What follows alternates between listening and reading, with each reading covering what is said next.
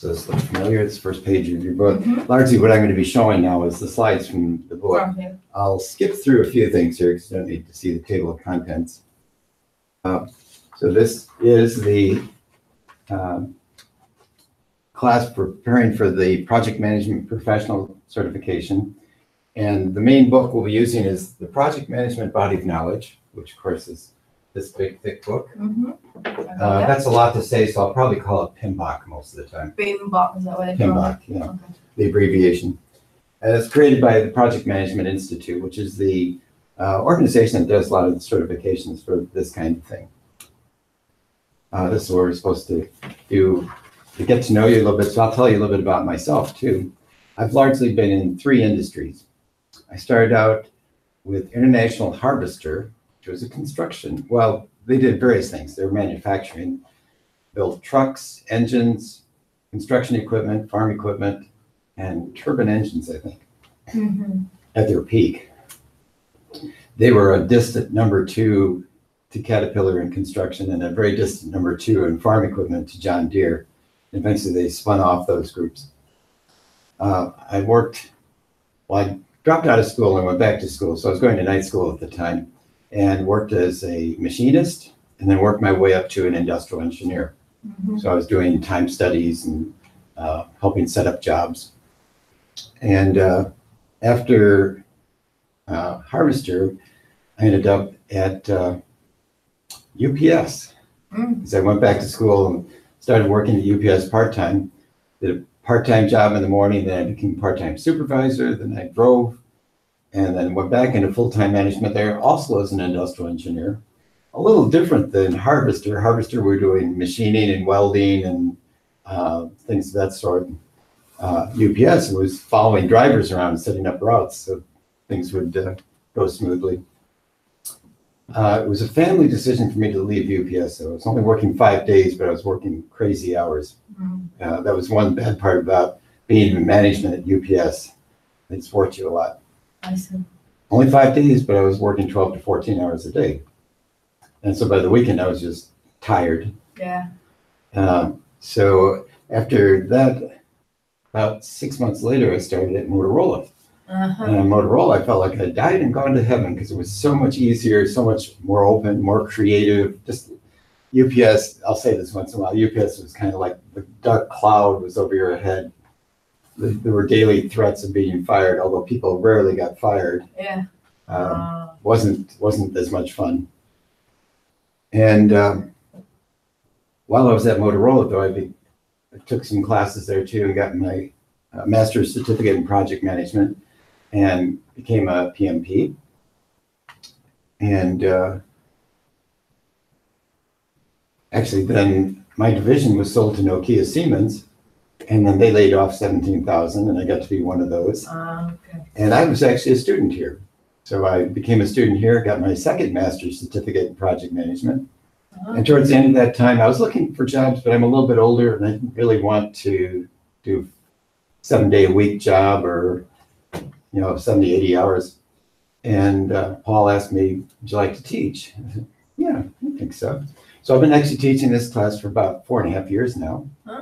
And then I picked up the Microsoft classes along the way too. Okay. So that's a little bit about me. Okay. You can tell me about you. You started to tell me about your history, but yeah. So I have my degrees in chemistry. So I started with a company called Altech Associate in Deerfield as a privately owned company, owned by a really nice guy. So I worked there from 1988 to 2004. So how long was that? So that was like, I don't remember, when I was 16, almost 16 years or so. So the company got, the owner, he was getting, he just want to get out of the business. So he sold the whole business to W.R. Grace. I don't know if you're familiar with W.R. Grace, a chemical company. But my company, Altech Associates, is more like developing product for chromatography, which is basically a separation technique that pharmaceutical companies use. So pharmaceutical company is like my customer, some other industries also like my customer. So I was like application company, but I was all the way to product development manager, I think, when I was at Altech. And then everybody from the company joined W.R. Grace. So I was with Grace from 2004 until 2016. So I was doing new product development, research. That's where I learned about project management. Actually, we started doing develop a new product. So I was involved. We got training, project management training, but just internal. Grace, I think they have somebody like PMP, but they thought it was. Yeah. So I've been doing project management since 2006, 2007. But then in 2016, Grace decided to get out of that business, but they couldn't find a buyer to buy the whole company. They started breaking certain sections. So my division, actually only like 10 of us went to a Swiss company, Yuki Corporation. So they have an office in the US, basically just for support sales, but the R&D, the main one is in Switzerland. So they kept me like 2.5 years, decided to do everything in Switzerland, basically more like technology transfer. But we did some new product extension, actually the one that I did during the last 2 years. Then in July, they decided, no, they're going to close my department. They're going to do everything in Switzerland. So that's why I'm here now. So you're here, yeah. I think it's, this school, well, there's 2 or 3 schools like this. You may have heard about Microtrain and Directions and some of these other schools. And largely, we're all kind of doing the same thing of trying to help people who have been laid off from various jobs get ready to go to their next position. So, there are 2 certificates. There's the PMP, which is Project Management Professional, and most of our students go for that. There's also one called the CAPM, which is Certified Associate Project Manager. It's for people that don't have as many hours or as much experience in projects. I suspect, and Paul probably talked to you about this, he probably was kind of focusing on you being a PMP. I'm going for PMP, that's the goal. And the PMP is the one that's more recognized. It's been around for a long time, and there's quite a few people that have the PMP. And you may have even seen this when you're looking at new jobs. They'll say PMP preferred or PMP required. Correct. See, I didn't know anything about PMP. I know I've been doing project management. So when I started looking for a job, all because I say I'm in my industry, there's no R&D type of work around here. So I'm kind of almost starting over now. But when I look applying for project management, a lot of them ask for PMP. So. And actually, you're in a good area up here. Well, there's all these different medical groups around the area here with Avid, Baxter. It's not easy. It's not always easy. Yeah, it's not easy. I don't know if you guys know people. I don't know if Paul knows. He said a lot of people from Avid come here for training, for PMP training. We've had actually people from a lot of groups. I know I trained a group of 3 women from Baxter at one time too, and they've been mostly involved in quality and something else. And regulatory? Might have been regulatory, yeah. Well, it depends on what's going on in the company. It's so funny because some companies are hiring, but at the same time, maybe laying off in another division. So always that turnover kind of going on. Baxter, I applied to several project management at Baxter. I know one, I got an interview there actually a few months ago, but more like for the contract. It looks like they only hire a contract now. They don't really hire much permanent position. But that's the one that they brought out to me, more like my experience, more like a functional management, not in the PMO type organization. I think they were looking for somebody with PMO, under PMO.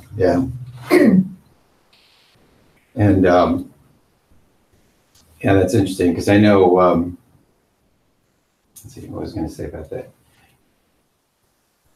Well, to me, whether you're in a functional organization or a more cross-functional organization, that doesn't really matter because there's projects in both kinds of organizations.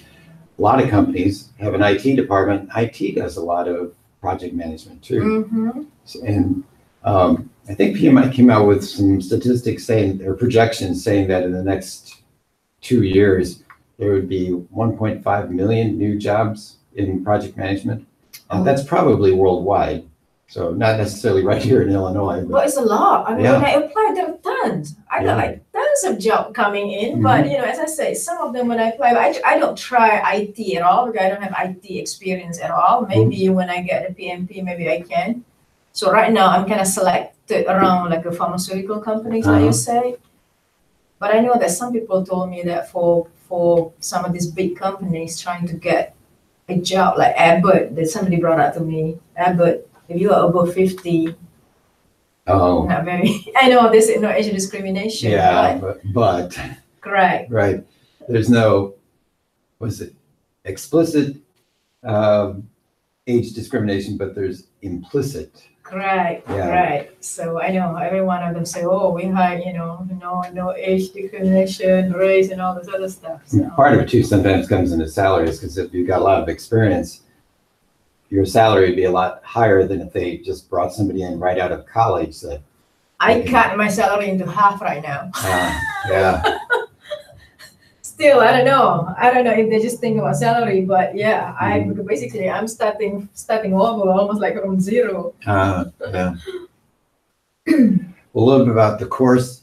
This first class actually is going to be more of an overview class. And if you got a chance to read much in chapters 1, 2, 3, you probably got that impression too.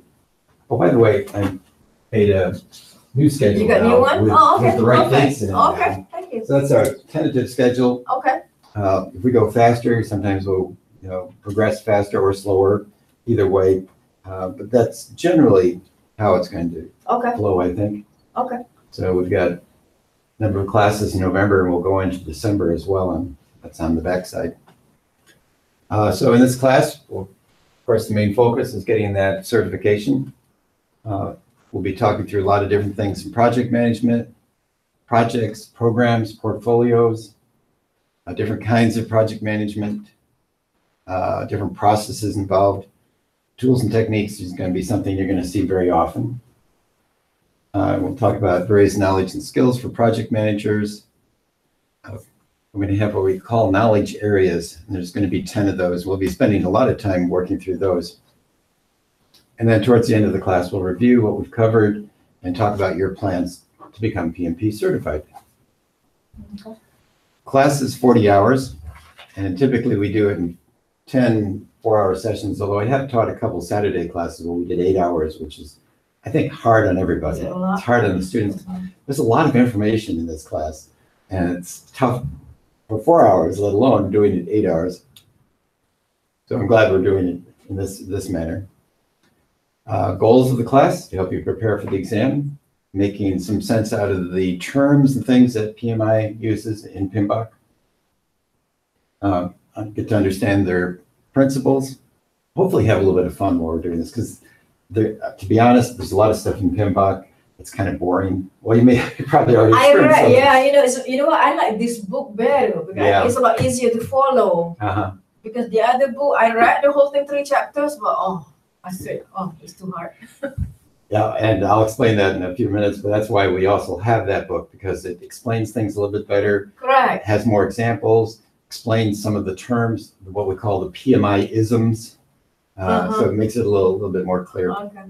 I'll kind of jump through this because this is more just kind of a breakdown of what you have in the table of contents in the books. But first, and they call it section, although I like to think of it as chapters 1 and 2, which was the first part that you read about the framework for project management. Part 3 or section 3 was about the role of the project manager. They've introduced something new in this version of PMBOK, which I kind of like. At the beginning of each of these subsections, they'll have some key concepts, trends and emerging practices, some tailoring considerations, and some considerations for agile or adaptive environments, since agile has become much more common and much, I think PMI realizes they've got separate certifications for agile and for project management, but they began to realize that a lot of the agile principles can be blended in, so that even though this isn't the agile certification class, we'll have, a fair bit of information on it. And you probably noticed too, we got this little extra book. Do you write down when we're going to be reading, when I need to read that book? Or I put in there, I think, as an optional thing about reading this book here. Okay. In practice, at least so far, the exam does not have a lot of questions about agile in it. Even though we're introducing more of it in here, there's not a lot. Actually, the practice tool that we use only had the word agile used 3 times in almost 1,600 questions. Really? And Okay. one of the people that's actually passed the new exam too said that there was not much in there about it. Because they have a separate one. Yeah. For Agile, right? Yeah, we have the Agile Certified Practitioner. I'm supposed to be taking that one too. Oh, okay. I'm also certified in that. Uh-huh. And it's good to take them separately. Yeah. There's a lot of overlap, but then there's some distinct things that can make it confusing if you get the PMP out of the way and then take the Agile Certified Practitioner. That's probably the best way. Yeah, no, I don't want to do it all at the same time, yeah. Yeah. This is gonna be, seems like hard enough. This is a little bit more about kind of our table of contents. So we'll be spending a lot of time on chapters 4 through 13, which are about these 10 project management knowledge areas. And within there's going to be 49 processes. And we become very familiar with this. We're going to have inputs, tools and techniques, and outputs for each of the processes. And I'm going to give you some handouts related to that too. I think I mentioned in the outline there that the way PMBOK is set up now, it's actually 2 parts. So we're largely going to be going through the first part, but in the back is standards for project management. And some of it is repetitious to what we have in the first part. Part of it too is in the first part, when we're going by knowledge area, we're kind of going by chapter. So here's all about schedules or about cost. The back part does more of a vertical thing. Here's all the things we do up front in initiating. Here's all the things we do in planning. I see. So it's kind of looking at it a different way. This is just kind of the outline of what you probably saw in a lot of it, what you saw in chapter 1, so I'll not spend time on that. This is just the table of contents from that Agile book. And I think becoming familiar with the general concepts of Agile will be good, but as I said, it doesn't seem like there's a lot on the exam at this point that ties into that. PMP exam prep, which is our orange book.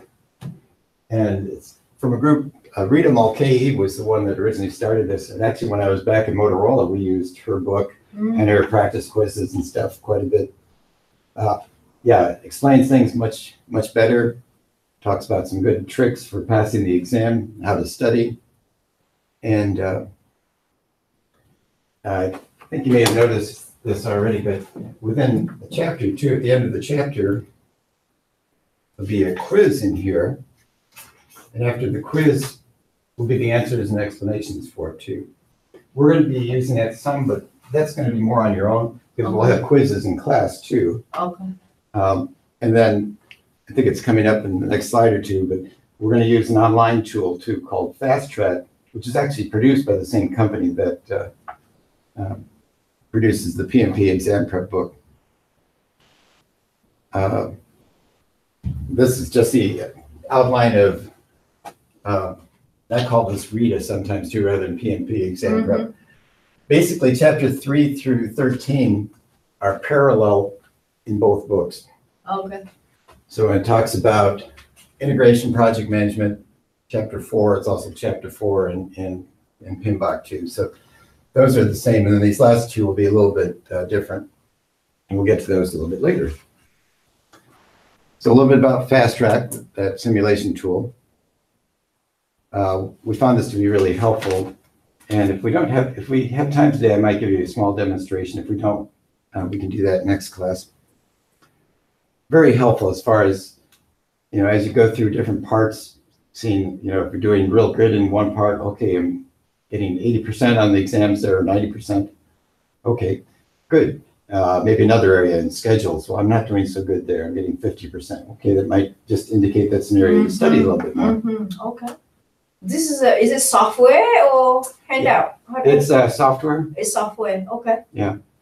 And it used to be we had it loaded on a machine so people had to log in remotely. Yeah. Now they've got it out there on the cloud, I guess you'd say. So you're going to actually just log in to their system and practice. I can access that from home.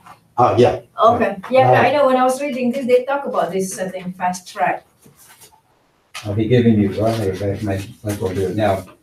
This is just right now we've actually got it set up.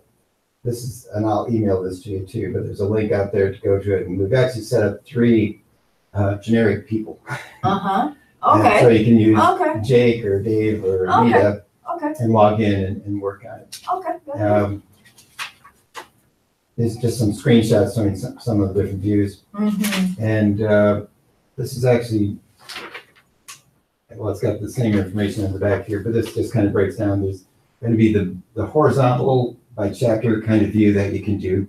And later you can do it actually by planning or execution. Oh, okay, okay.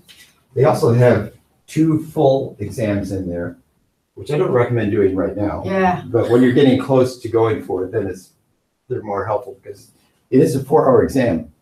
And getting used to doing a 4-hour exam, those are helpful, I think, that way. Yeah. I don't think I've ever taken more than 1-hour exam. Yeah, when I first took this back in 2004, it's been a long time since I've been doing schoolwork and studying seriously like that. I mean, at work I did some learning and took 1 or 2 day classes once in a while.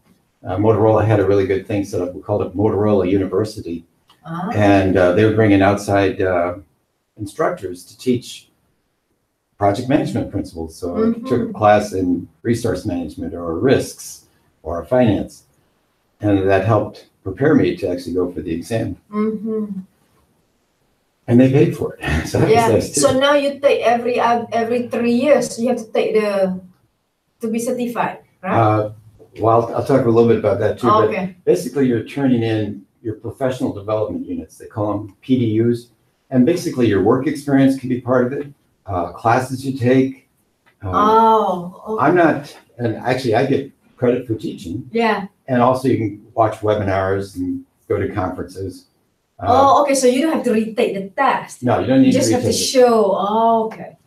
And I'll explain why I ended up having to take the exam twice, because I didn't turn in my credits when I was at Motorola. I thought, well, I'm going to be here forever, no big deal. And so 2009, I actually lost my accreditation.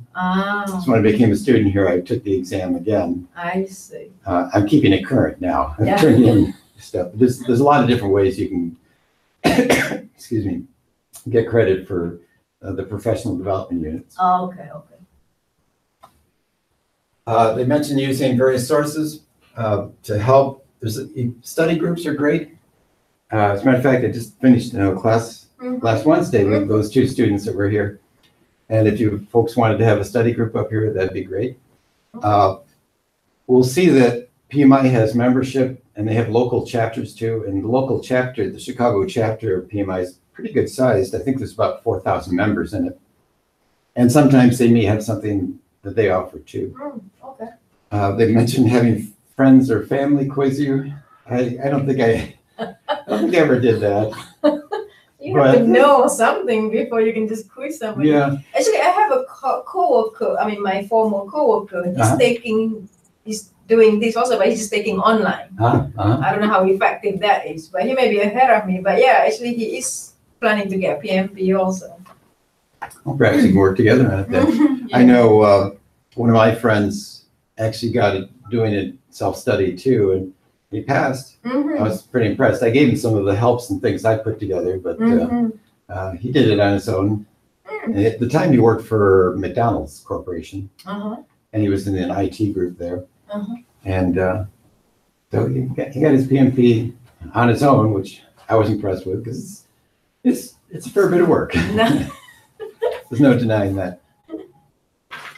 Here's some websites. The main PMI website is pmi.org. The Chicago chapter is pmi-chicagoland.org.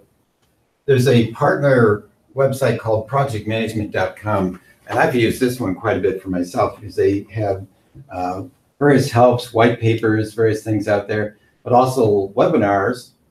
Usually it's a 1-hour webinar on various topics, and that's what I've used a lot to get my professional development units, along with the teaching.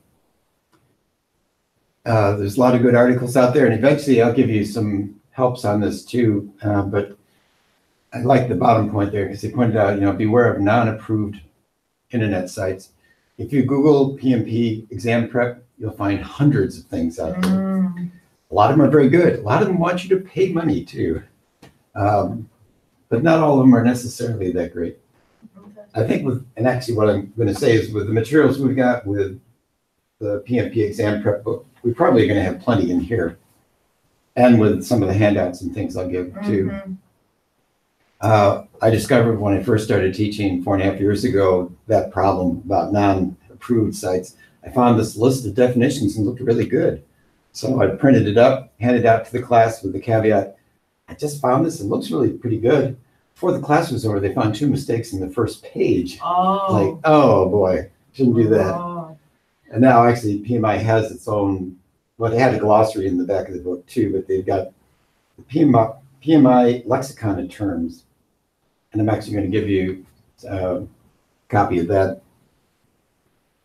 The PMI, you have to be a member, correct? Do you have to be a member to log into this, to go onto this website? No. No, you don't have to be a member. You don't, but I'm going to suggest that you could work with Paul. I am going to be a member, yeah. Yeah. I think, I don't know, I remember when he said, after I take a few classes or something, yeah. I suggest trying to arrange an appointment with him as soon as you can, though, because he does get very busy. Yeah, okay. And what he'll actually suggest, and this is a good thing to do, is set up your account, which is basically your, putting in your name and address and all that. Because then he can work with you on actually getting your PMI membership and then the application in for the PMI exam, or for the PMP exam. Okay.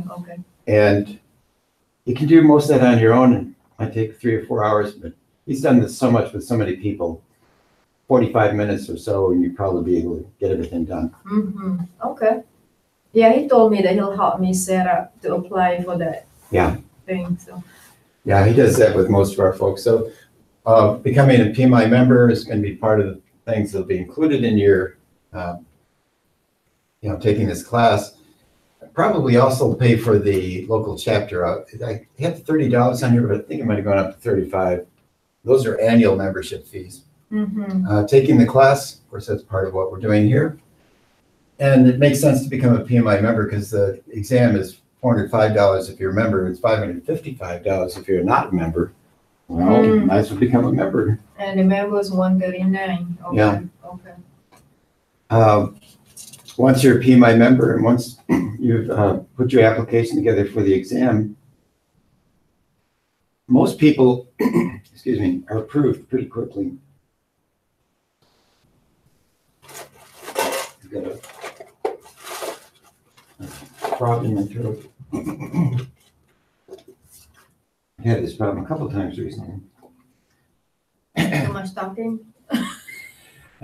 Too much, I don't know what. I have spring allergies, but this is not spring, so usually I'm not bothered now. A small group of people that apply for the exam are audited.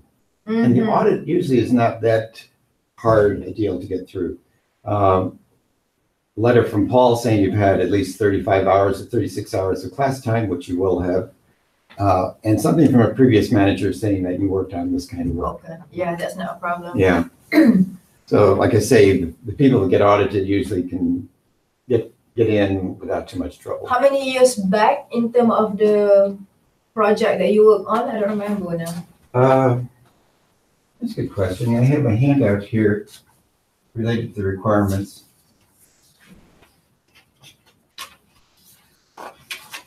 And I don't know if they specifically, I think they did say like something. 5 or 8 years, something like that. Yeah, I don't remember. So what I should do, go back, because I know Paul mentioned to me that he thinks that I have enough information for 6 years.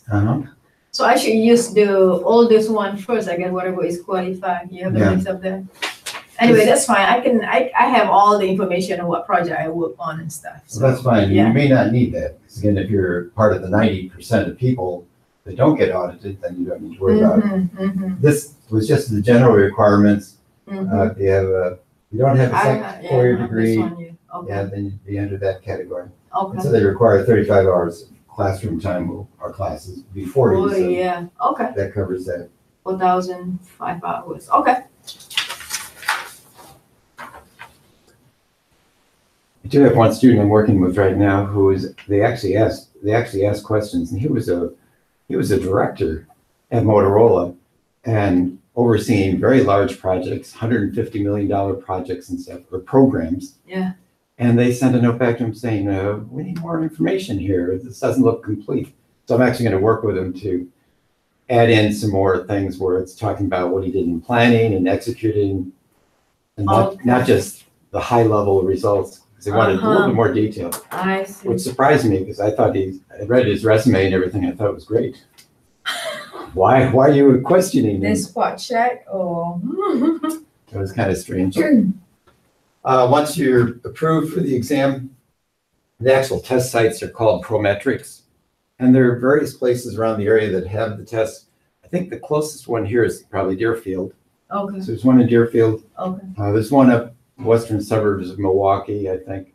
There are actually a lot of Prometrics test sites, but not all of them have the PMI certifications. Okay, so but there's one down south by me in Lombard. This is where I've gone a couple of times. It's too far away. I know one time I was going to try to take an exam the next week, and I saw all the time slots where I could fit in were full. Well, I started thinking, do I want to go to DeKalb? Do I want to drive an hour before I take a 4-hour exam? No. So I ended up looking and actually scheduling one that was 2 weeks out. So is that how far ahead do you have to say, okay, I'm ready to take the test? How far ahead? I suggest probably planning at least 2 weeks ahead. 2 weeks. Perhaps if you look at the following week, maybe there'll be something that will fit in. You don't need to worry about that until you're actually ready to go for the exam. Last year, actually this last March, it became hard because they were about to switch the exam over from the 5th edition to the 6th edition.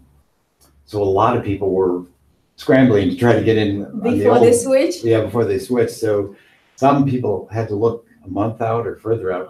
I think that's more unusual, but most of the time, 1 or 2 weeks out probably is good enough. So this one here, whatever I'm studying here, how long is it going to be good for before they switch to the next one? Well, the 6th edition just came out this last year, so I have a hunch we'll probably be in this edition. Yeah, that one.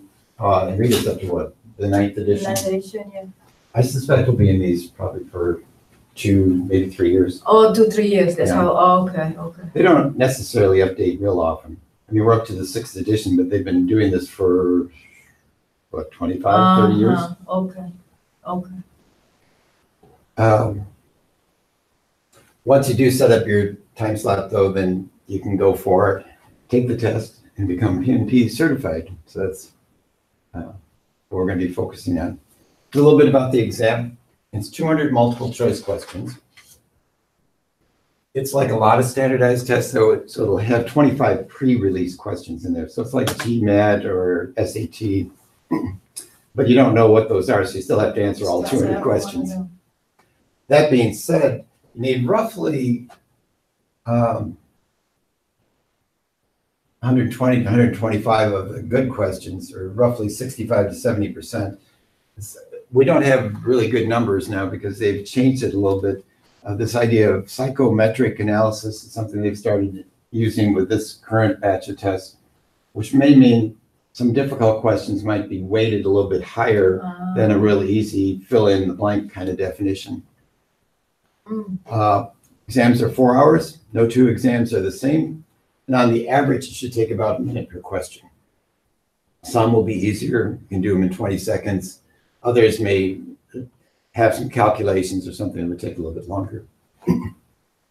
The exam is split up into these 5, what we call process groups: initiating, planning, executing, monitoring, control, and closing. That being said, you can kind of see these 3 center ones are actually 80% of the exam. Initiating and closing are smaller portions. When I took the exam the last time, they gave you a word grade on each of those 5 sections of proficient, moderately proficient, or less than proficient. Well, that doesn't tell you much. The bottom line was seeing pass on there was good. I was less than proficient in closing. Well, I passed, so I wasn't too worried about that. But so you want to focus on the one that high percentage? I think focusing on planning, executing, monitoring, control are probably going to be pretty important. I wouldn't forget about the other 2, but there's going to be less questions on those. Okay. There'll be some that are simple definition questions, and a lot of times you'll see ones like all these are true except, so they're asking for what's not the correct answer. There will be some fill in the blanks. The ones that are more challenging are when you've got 4 good answers and trying to figure out what's the thing we do first or what's the best thing to do from the Project Management Institute perspective. So that's one of the things we're doing in here is learning the PMI way of thinking. Their way. Yeah, their way. And that varies. Some people come in here with lots of experience and have to unlearn things. Other people come in with less experience and have to still learn some new things too. So it kind of goes, I think, both ways sometimes. They point out that if you've got absolute statements, you always do it this way or you never do it that way, it's probably going to be a wrong answer. And the more general terms like are probably more correct. I'm not quite sure what cheerleader answers are, but I think we'll see it even in our practice quizzes. If you see 4 good answers or 3 good answers, and then there's an all the above answer, okay, that makes sense. I put in project managers. I have a question. That first one tend to be incorrect answer. Always, never, must. Oh, so if they have those words, usually yeah, they so are they're not saying correct. it's always this way or It's never never this way. that way. Okay. They use something more like generally this is the way it is, or okay, I see. Day of the exam, you want to have an adequate meal going in there. And I think it's changed a little bit, but it used to be Prometrics had morning slots, afternoon slots, and I think early evening, Monday through Friday, and then they also had Saturday morning, maybe Saturday afternoon. Actually, if you look at their website, we'll probably see what times are available. Once you've signed up with Prometrics, they'll give you a letter of saying, with an ID number and something like that. So you just need to bring that along. 2 IDs, one has to be a photo ID.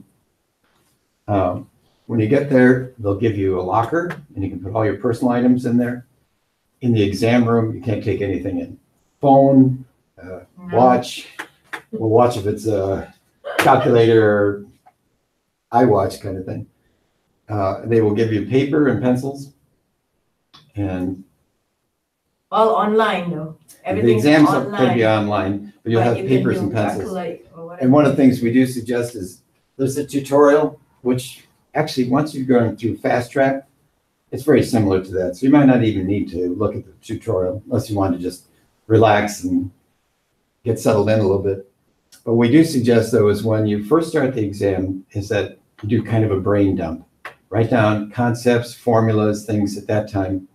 And even if you take 5 or 10 minutes to do that, it's still a really good thing. Because then later, you get 2 hours into it and your mind's beginning to fade a little bit. Look down at your cheat sheet and you go, okay, got that one. I see. They suggest wearing layers because just like here, it could be hot or cold. Well, I did have one student tell me that she had a bulky sweater and they told her to take it off. Oh, she may hide something. I think they thought something was hiding in there. When you go for the exam, it is kind of like going through the airport. They actually scan you. They actually made me pull up my pants legs last time to see if I had anything hiding there. So pretty strict. And the test lab is basically just a bunch of computers and cubes. And they do have something like this, a window, and the proctor will be monitoring everything going on out there. Not a big deal, unless you stand up and look over at the next person. Of course, the next person may be doing something totally else, different. Yeah. But can't take any food or drinks in there. And if you needed to check out for a bit to go to either get a drink or go to the washroom, you can do that. But the clock keeps going; it doesn't stop. Oh, yeah. And it's just then you have to check in again, which they might have to scan you again. Also, best to go in there. Don't drink too much water. Don't drink too much water. Go in relaxed and emptied out. Yeah. And we want you to go in because you've been well prepared and go for it then. A little more about the exam. You can mark questions for review, and I'll talk about that a little bit later. And it's going to talk about it in here too, but I marked 30 to 35 questions to review so I could go back and look at those questions. In Fast Track, it's going to be set up the same way, so we'll see that in there too. You want to answer from the PMI perspective. They suggest reading the questions first. I never did that. Sometimes you get a long paragraph question and maybe half of it's not related to what they finally ask you.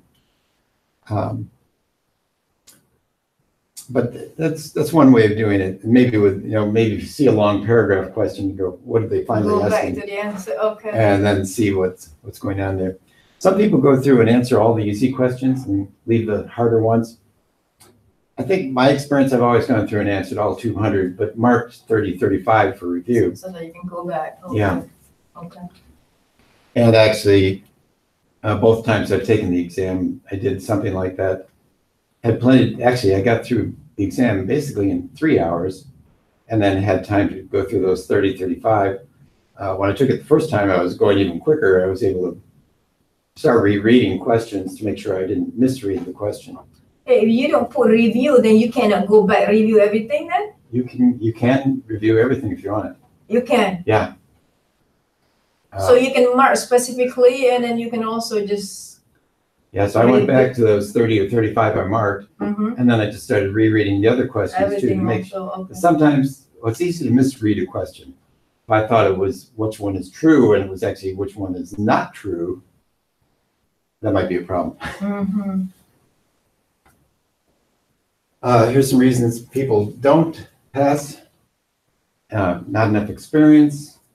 Don't study seriously enough. I had one friend, another Motorolan, who took the class and decided he was going to take the exam right away, and he didn't pass.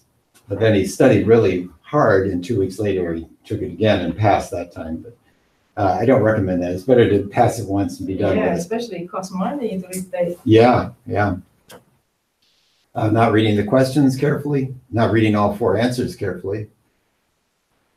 PMI even says this, if we just relied on this book, that's probably not going to be enough, which is why we like the PMP exam prep book, because that's very helpful in explaining things better.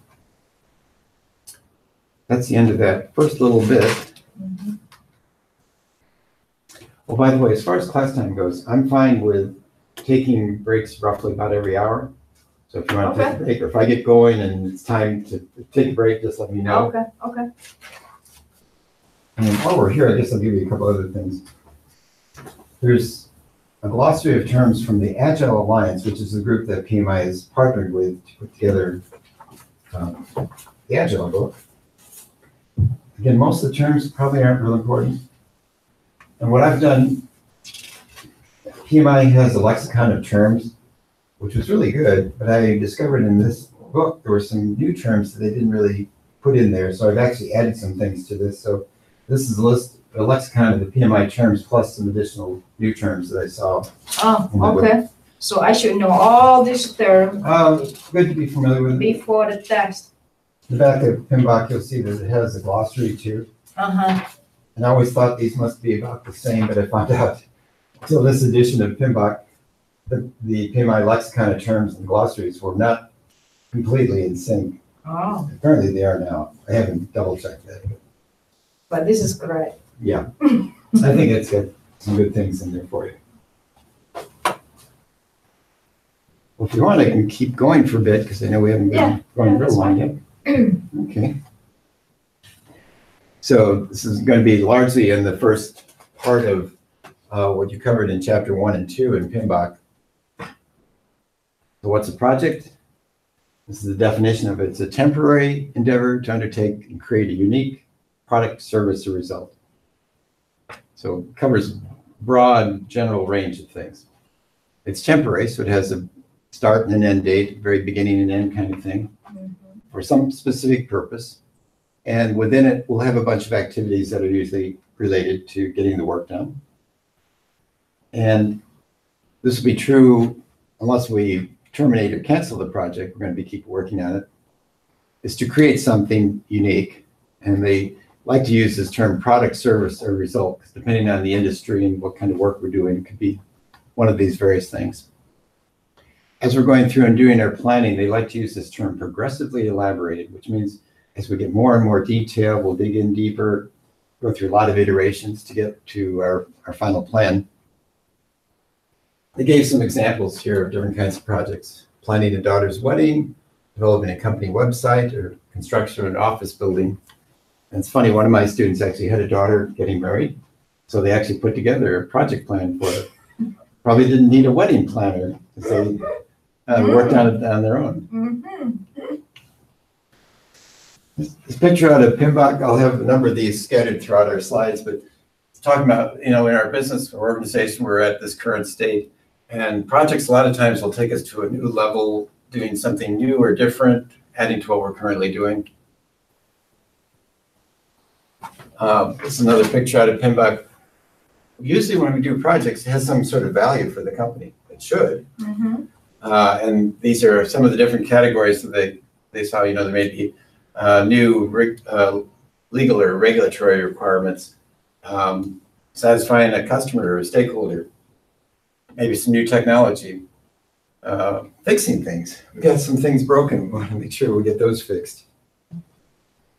And I like the fact they talk about value both being tangible, making money, things like that, but intangible too, the reputation of the company. And sometimes it'll be both those things that we're looking at, figuring out the benefits. So what's project management? So this is the definition of it according to PMI. Application of knowledge, skills, tools, and techniques on the various activities to meet the requirements of the project. So in project management, what we're doing is applying whatever specific processes we need for this particular project. And we'll talk about that more later, but we're actually going to tailor things. We'll see that there's going to be lots of different processes, but depending on the project, we may not need all those. If I'm doing a volunteer fun run or walk, well, we might not have a budget or not much of a budget, so costing might not be a big deal for that. And about managing the project well, a lot of times up front, if we do better planning and getting the requirements up front, that'll help a lot of times. We want to deal with the concerns and expectations of our stakeholders, especially key people like our customer or our sponsor who said, let's do this project. One question I know when I was reading about when they talk about customer, I know some project you do it for a customer. Like some example, when I did my project, I know I talked to the customer what the requirement so that I develop a product that will meet their need, but not necessarily the end result if they're going to be buying this product so that customer. But in this term, when they talk about customer, is that like my customer who I'm going to sell the product to? It could be, yeah, it could be that. It could be, some projects are internal too, like, like the IT projects. Yeah. Like that idea of creating or updating a website. That may be an internal project. Those are the customer. Yes, we might have. Whoever need that. Yeah, we might have internal customers, or it could be the external ones. Yeah. That's what I'm not sure when I was thinking about when they talk about customer, maybe I will learn more. But I said, are they talking about the customer? Like, because I know some project they are working with customer. Let's say they're developing something for the customer specifically for that customer. Yeah. But in my case, I develop for general customers, but basically the customer is going to be hopefully they will buy the product. Is that considered that same term that they use? Yeah, customer? And you'll see that we'll talk about customer in a few slides, I think, too. But sometimes it's the client, that outside customer. Sometimes it's an internal customer, like I mentioned, if we're just upgrading our internal website or something for our use. So there'll be various kinds of people that could be the customers. Okay. Let's see. It mentions about a lot of times we'll have some different constraints that are going to guide or limit us. So we'll be working with trying to balance off various constraints. We'll have a little bit more about that coming up. So about, if we put together and manage the project well, a lot of times that'll help us deliver on time. Things will be more predictable. Well, if we've managed the project well, it will increase our chances for being successful too. We want to optimize our resources. In my world, resources was usually people and the hours they worked, but a lot of different industries, it could be equipment, construction, it could be yards of concrete, tons of steel. So a lot of different things could be considered resources. And when we get changes are going to happen. The better we can manage changes, the better usually the project will go. This, and I think I mentioned this a slide or two ago, but the project should have some kind of value or benefit for the organization, or why are we doing it? It doesn't make sense otherwise. either to make money or to get in a new market, various kinds of things. This is what project management shouldn't be. There's still a lot of projects that fail. I don't know the percentage now. I've heard everything from 40 to 60% of projects don't work out in time. Usually because they miss a deadline, cost more than they expected. The project quality is not that good, especially if building a product or something. One of my students worked with a medical device group that made like injection units. And of course, if you're injecting something into a patient, you want it to work all the time. So their tolerances were very tight for that. But if they had something that didn't work, then it was, okay, the whole batch probably got rejected and they had to go back and figure out what went wrong there, what didn't work right. Uncontrolled expansion of the project. We thought it was going to be a 6-month project, $1 million. Okay, we should be trying to stay within that. I had one student told me about this project was supposed to be 3 months, and after 3 years, it was still ongoing. Oh, time out there. Something's not quite right here. There's something missing. If projects don't come out well, a lot of times it can hurt the company, organization's reputation, and we'll have unsatisfied. Now it says stakeholders here. Stakeholders is a broad term, but obviously our customers are going to be one of the key stakeholders. So we want them to be unsatisfied. So project management is really doing a lot of the work and applying and tailoring what we'll talk about is the 49 project management processes. They're going to be in 5 process groups. I've already introduced those: initiating, planning, executing, monitoring, control, and closing. So those are fixed, 49 and a 5 process group and 49 processes. That is the PMI. I know you're gonna tailor those when you work on specific project, but those are the ones that it may come out in the question. How many process? Yeah, and this is out of PMBOK, but I like it so much I've actually created a sheet with those in there. And I think we'll have this in our slides in a few slides too. Okay. Yeah, there's 49 processes now, and they're in those 5 groups. This is a slide. I think Active the creation of a position. Yeah, it's in here. Yeah, this is a slide out of PMBOK, basically showing there's different needs or requirements that may have us do a lot of these different things. New technology, competition, what the competition is doing, political changes, a social need, environmental considerations. I know in my world with Motorola, we always had new technology going on. I worked with the group that was called the Networks Group, which is basically the base station group. But everything the phones were doing, the base stations had to do. So started out just voice and a little bit of data, maybe some texting. Well, now, of course, they do everything. So as those phones evolved, we had to do the same work and make sure that the base stations transferred the data, transferred the videos, did all of those things.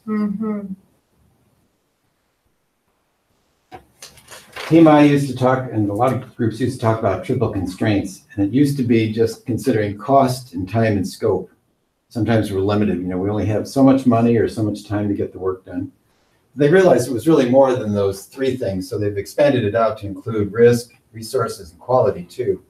They give some examples here of why this sometimes becomes a challenge for us, because we have to balance these things off. We've got certain cost, how much work can we do during, if we got a limit, we got to be done in 6 months. What work can we get done? What should we include? And maybe have to shrink the scope of the work if we can't do everything that the customer wants. Ultimately, as we're balancing these off, though, the key thing is we're trying to satisfy the customer. So a little bit about programs. Programs and program management is like one level up. They might have a bunch of related projects that make sense to be managed together. And so program management is really looking at skills and knowledge that we need to really coordinate those various projects and manage them as a group. I know in my world, we called our projects usually features, and our programs were called releases, because we were releasing mostly packages of software to the Sprints and the Verizons. And so a lot of times it was related to what the customers wanted too. You know, Sprint or Verizon wanted certain things from us, and some of our competitors may have had different markets for those same companies. So if they were already providing some new technology and we hadn't, we might have to play catch up. Most of the time, I think we and our competitors were doing pretty much the same thing. So Ericsson and Alcatel-Lucent were some of our competitors. Now Huawei and ZTE from China are getting more involved. Motorola still exists now? Yeah. Motorola still exists, but do they still have phone now or no? Not anymore. They sold the phone division to Google and they moved it downtown to Merchandise Mart in the city. And then Google, after a year and a half, 2 years, sold it to Lenovo. So now it's owned by Lenovo. You still see the Motorola brand, but it's actually a Lenovo phone now. Oh, I have not seen. Yeah, a lot of providers have maybe one or none. Isn't it not Ericsson? Is Ericsson still exist? Ericsson still exists, yeah. Still exists. But they're not, I don't think they're making phones, so that's more like, that was one of our parallel groups for the network side. I know, my original cell phone was Motorola or Ericsson. Yeah. Well, it's funny, the phone we got T-Mobile as our phone service, and they wanted to get us off of the old systems, old technology, because I think they wanted to retire that part of it. Yeah. So they gave us a smartphone. Oh. It's not that great. Yeah. I haven't switched it out. We switched out my wife's phone because hers died and we got her a better one. But this was actually made by Alcatel. I didn't know Alcatel even made phones. I don't know either. No, never heard of that. Yeah. Alcatel and Lucent merged a long time ago, and Lucent was actually an American company, and the old Bell telephone was like the old original company, which was originally, the old Bell system was originally broken apart by federal law because it was a monopoly. Well, now it's pretty much back together and it's AT&T. Part of AT&T now. Yeah, but yeah, they say it's kind of circled around again. Portfolio management is kind of seen as that next level up. This could be even the senior level or high level. So a group of programs, portfolios, sub-programs, all related. So portfolio management really is more coordinating and prioritizing all these different programs and projects to meet our business needs or objectives. This is a pictorial picture of this, and I thought it was interesting they included operations in here too, which I think makes sense.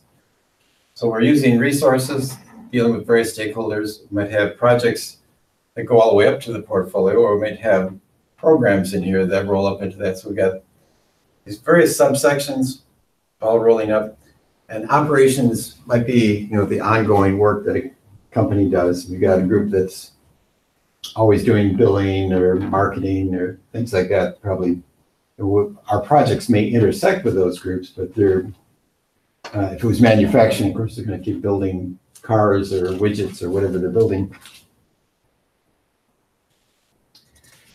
So the relationship between these three levels is often called organizational project management, or OPM.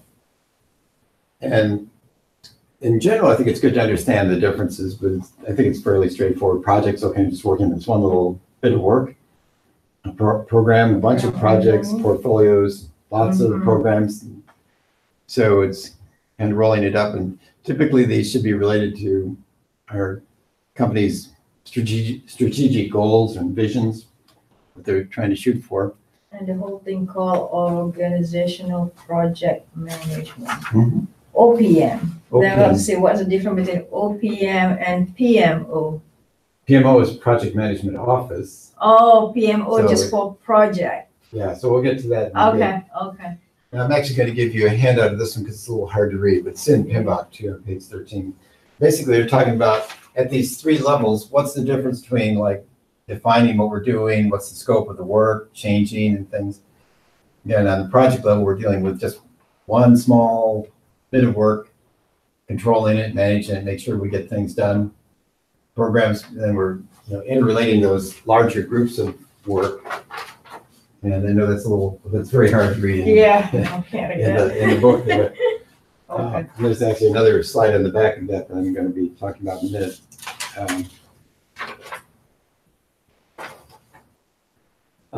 Organizational and project governance really gets at the idea of what kind of processes and principles does the company have that guide how we do our work.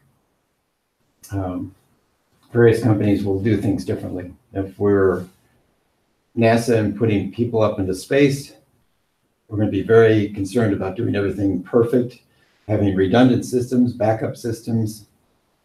If we're Google or Amazon, we may be looking at, let's do something brand new that we haven't even thought of before. Let's buy a food store. Let's buy Whole Foods. Mm-hmm. So each company is going to have a different way of doing their work. I know the people that were part of Motorola Mobility, which was the phone group, were happy to work for Google because Google was a lot more open and creative. And we're kind of sad when they got sold off to Lenovo because Lenovo wasn't so, it wasn't quite the same open environment they were used to with Google. Projects and strategic planning, usually within companies, there's going to be long-range goals and things that we're planning for. And here's some examples of some of the things that could cause us to consider different things. So what's going on in the market, maybe a new business opportunity or something we can get into, requests from our customers, new legal or regulatory requirements, new technology, and what our customers or competitors are doing. I know for ours, like I said, the Lucent Alcatels, the Ericssons, Huawei's, what these other companies were doing, a lot of times, if we weren't in sync with what our customers wanted, we'd have to play some catch up. Term that they've started using more in this version of PMBOK is about benefits management. And it's the idea of really figuring out, does this new project have value and benefit for our organization? Again, it's a similar list of things there, what could be reasons for doing this? And we'll see that we're actually going to have a benefits management plan that comes out of our planning work too. So benefits management plan, going to be trying to measure what kind of benefit this might have for us. Could have certain, I mentioned target benefits, maybe some strategic goals or alignment within our company. Having a benefit owner assigned to the particular project is a good idea, and different ways of measuring our results and identifying any risks that might be involved. A little bit about project lifecycle. Project lifecycle is usually a very specific thing, start and end. Generally, things go in kind of a sequential order. We do some things up front, then we do some more work, and usually and they use the term phase sometimes interchangeably with project. We could have a project that has a number of phases in it, and within each phase, we may be doing some planning and executing and developing and then handing over deliverables to the next phase. Often time-bound, sometimes we'll have special reviews or something at the end of that particular phase, sometimes called gates. In my world, we talked about M gates for Motorola. Stage gate. Stage gates, yeah. I know some people call it waterfall, the same thing as stage gate. Waterfall is kind of similar, but we'll see though that can be used a couple different ways. You're gonna cover that? Yeah. Okay. Yeah. Okay. Let's see. So one thing about the life cycle and having this well laid out, it's going to help us as project managers to be able to manage the work and figure out how we're doing as we're moving along a lot easier. Here's a very simple example of a project life cycle. So we're going to start the project, we'll do some organization and prepare to do the work. We'll actually do the work, and then we'll end it. So very simple for step one. This is another example, and it's interesting in recent years, it's been emphasized more. Usually we would be coming involved as project managers at the start of the project or maybe a little later. But now there's been a lot of times we getting involved even earlier to figure out, what's the need for even doing this work, putting together business cases, benefit management plan. In my world, we usually had product management group that did a lot of this. And sometimes we had a little bit of involvement with that. So the role of project manager sometimes is expanded beyond just getting the project done. I see. Yeah, no, based on my experience, I think there's benefit in all those things, business case done by product manager. Yeah, so that's probably similar to where I work too. So now could be part of the project manager responsibility. We might be taking that on. We'll see from our normal situation though that they want us to come involved during this first stage where we're putting what they call the project charter together. And definitely before we start doing our planning. So life cycle, a little bit more about that. Usually there's some kind of handoff or transfer between the different stages or phases. Usually reviews, some ways of saying, yep, we're done. We've completed the work. If we've got testing and things going on, they'll probably tie in with that too. And just a general statement, costs and staffing levels are usually very low at the start of the project, and then they peak up in those middle stages and then drop off rather quickly towards the end. About risks and uncertainty. Risk, uncertainty, and stakeholder influence is greatest at the start. We haven't done anything yet. So everything's kind of up in the air and open. On the other side, though, if we have changes or rework that are required much later, it gets more and more expensive. We get 6 months into the project and have to make a big change. It could be very expensive. Very often, the completion of a phase or part of the project, there'll be some kind of approval or handover to the next phase and some kind of deliverables handed over. This is just a graphic view of that whole thing. So risks, everything are high at the start and hopefully will taper down as we're going through the project. Cost of changes at the start, not too expensive, but as I mentioned, if we get way into the project and have to change something, that could be a lot more expensive. I'm gonna close you again. Yeah, getting cool again. I saw you. Yeah, before it was hot. Yeah. It's okay, not bad. A little bit more about the phases. A phase could be sequential. We do our planning, then we'll start doing our development work. Sometimes they overlap. Predictive life cycle is really what they call, I think it's more of a term, or fully plan driven. It's more for the things that I used to call traditional or waterfall. So this is where waterfall can come in sometimes. Pretty straightforward. We're going to do some planning, we're going to do some work, test it, and hand it off or deploy it. Usually for things we understand, the stuff we've done over and over. Even in my world, even though we're doing new technology and new things all the time, we went through the same cycle each time. We did requirements, high-level design, low-level design, software development, unit testing, system testing, and then deploying it. So we did that pretty much over and over. So we actually had a lot of templates that we used and just would update them and add new dates and times and resources to them. Here's a little bit about a couple other kinds of projects which are becoming more common, I think. Iterative or incremental life cycles has to do with, we're building, say, a new product, but we may go through a number of iterations to get it, to improve it, make it even better, higher quality. So we'll go through a lot of cycles with that. Highly adaptive or agile life cycles are usually for things that are something we don't know as well what we're trying to produce. And so our requirements and everything may evolve as we're going through this and building it out. One of the things with agile projects is they really like to have the customer or end users really more and more involved. I think that should be true even with the more traditional projects, but that's something they do emphasize a little bit stronger with the agile projects. Here's another chart out of PMP kind of showing these predictive, straightforward kind of waterfall type projects. Requirements up front, planned out, plan up front. We try to limit change as much as possible. We have specific things we're handing off, risks and costs are, we're focused on really controlling those things.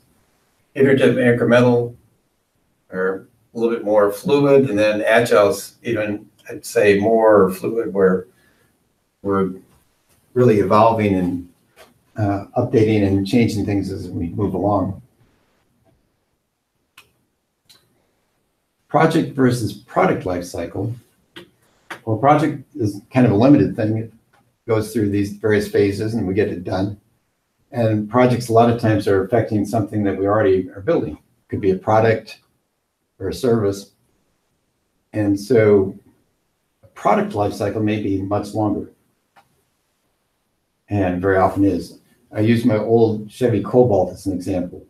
It's a 2005 Cobalt, so it's pretty old now. Before Chevy built Cobalts, they built the Capri, and then they built the Cruze later. So, but the Cobalt had probably about a 5 or 6 year span. You can almost think of that being the product life cycle.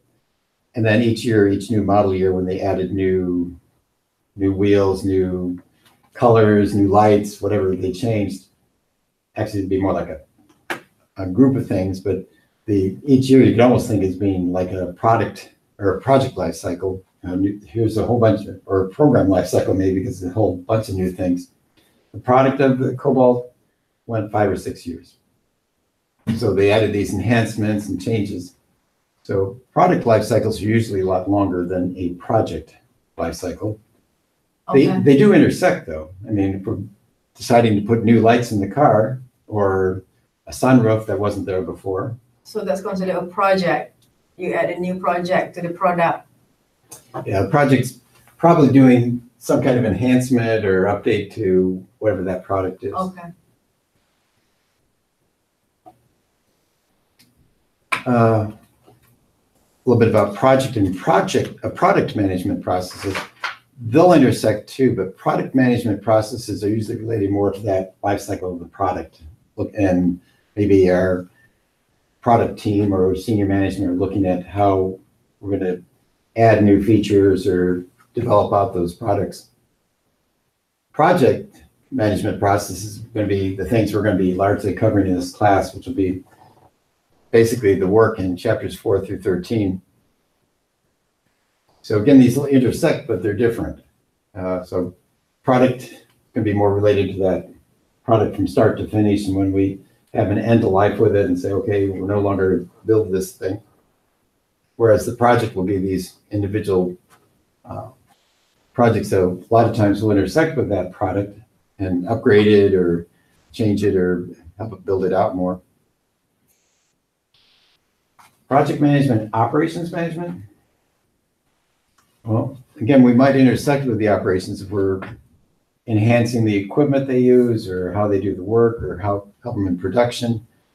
We may intersect with them, but we're not the same as them. Usually operations could be whatever it is, manufacturing, a lot of companies, I think in your world, it sounds like you did the R&D, but then you had another group probably do the transfer to them, then they do the production. Yeah, did the production work. And so we'd get involved a lot of times with the operations as we were upgrading or changing things. And that might be true until the end of the life cycle of that particular product. At that point, manufacturing will stop building it. Might have to have a service team that fixes problems later. There's another picture out of PMP, and it's kind of showing the relationship between our overall organization strategy, feeding into our portfolio and the decisions we make there, developing our programs and projects, and having something we deliver, maybe going into operations or out to our customers. And as you can see, we can cycle around a lot with this too. Mm-hmm. So it's that relationship of these tying together. That's the end of that section, and we haven't had a break, so I think probably a good time for a break. Okay. There's lots of little bits and pieces here, I think. This is this is a good review because I say reading when I also read that I read 3 chapters. I said, oh, I mean, some of them the one that I can relate, but some of the other stuff, new stuff. I said, oh, trying to remember the term, differentiate, understand the term.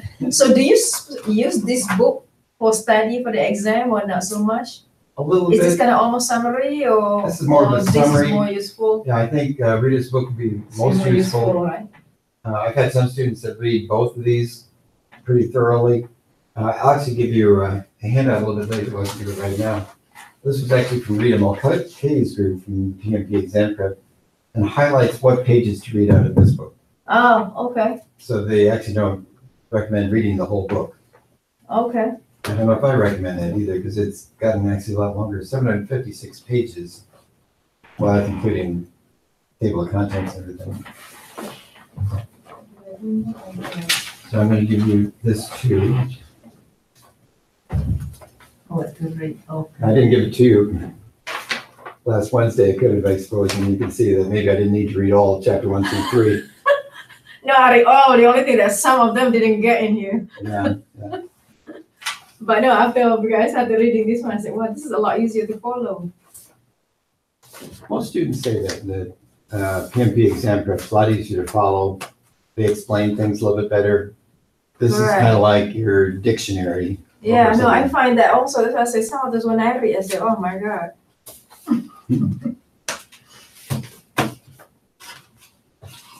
I'll be giving you a fair number of handouts, and actually a number of my students have gotten a 3-ring binder to put everything into. I've got a hole punch here too if you want to do something like that. Yeah, that would be good. Because I'm trying to separate, okay, this is from first class, second class, how do I have to do it myself? And that's kind of what I've got here in my book. Of course, here I've also got answer sheets and other things in here too for the quizzes we're going to be going through.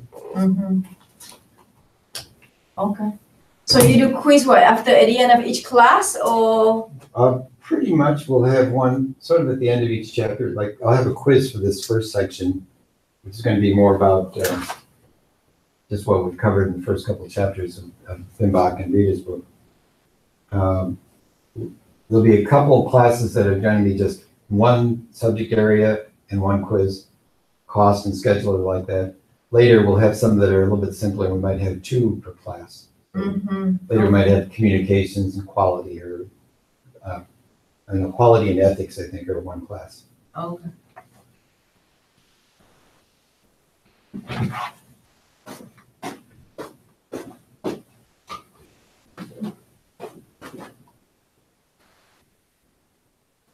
There's a lot of offices in here, so what are people use for? Sometimes you have several things going on at the same time? Or?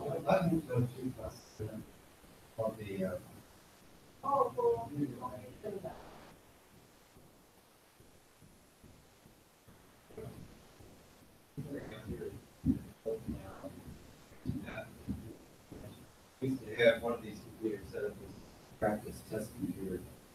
This is just going to sit in here. And this one has been here a long time? For a while.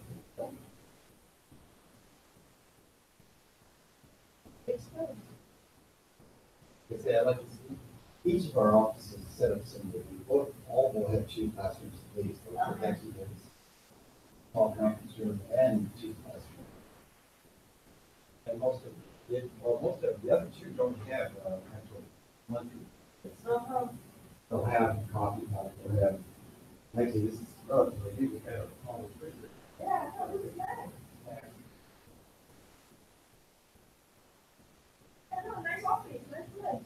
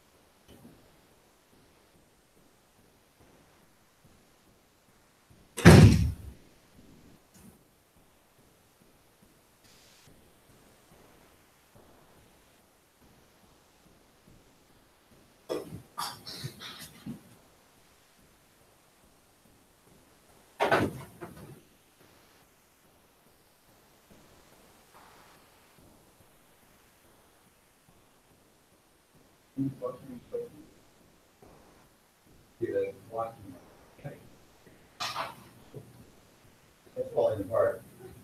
He is missing one, so I'm not sure. That's good.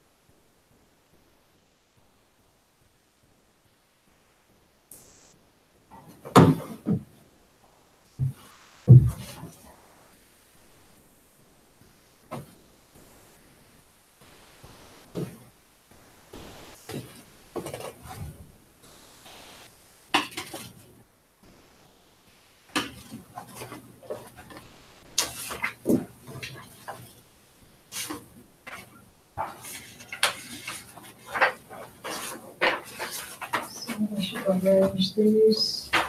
Okay, might as well give you a couple more sheets right now since we're in break here. This is those 49 processes, but grouped by initiating, planning, executing, energy control, and closing. I actually have a new chart I put up on the wall here. Oh, So it's just more reference than to. yeah. We only got two things in initiating, but we got 24 in planning, 11 planning. That's where we're going to be spending a lot of time. In the Rita book, she has this chart, which is a little different.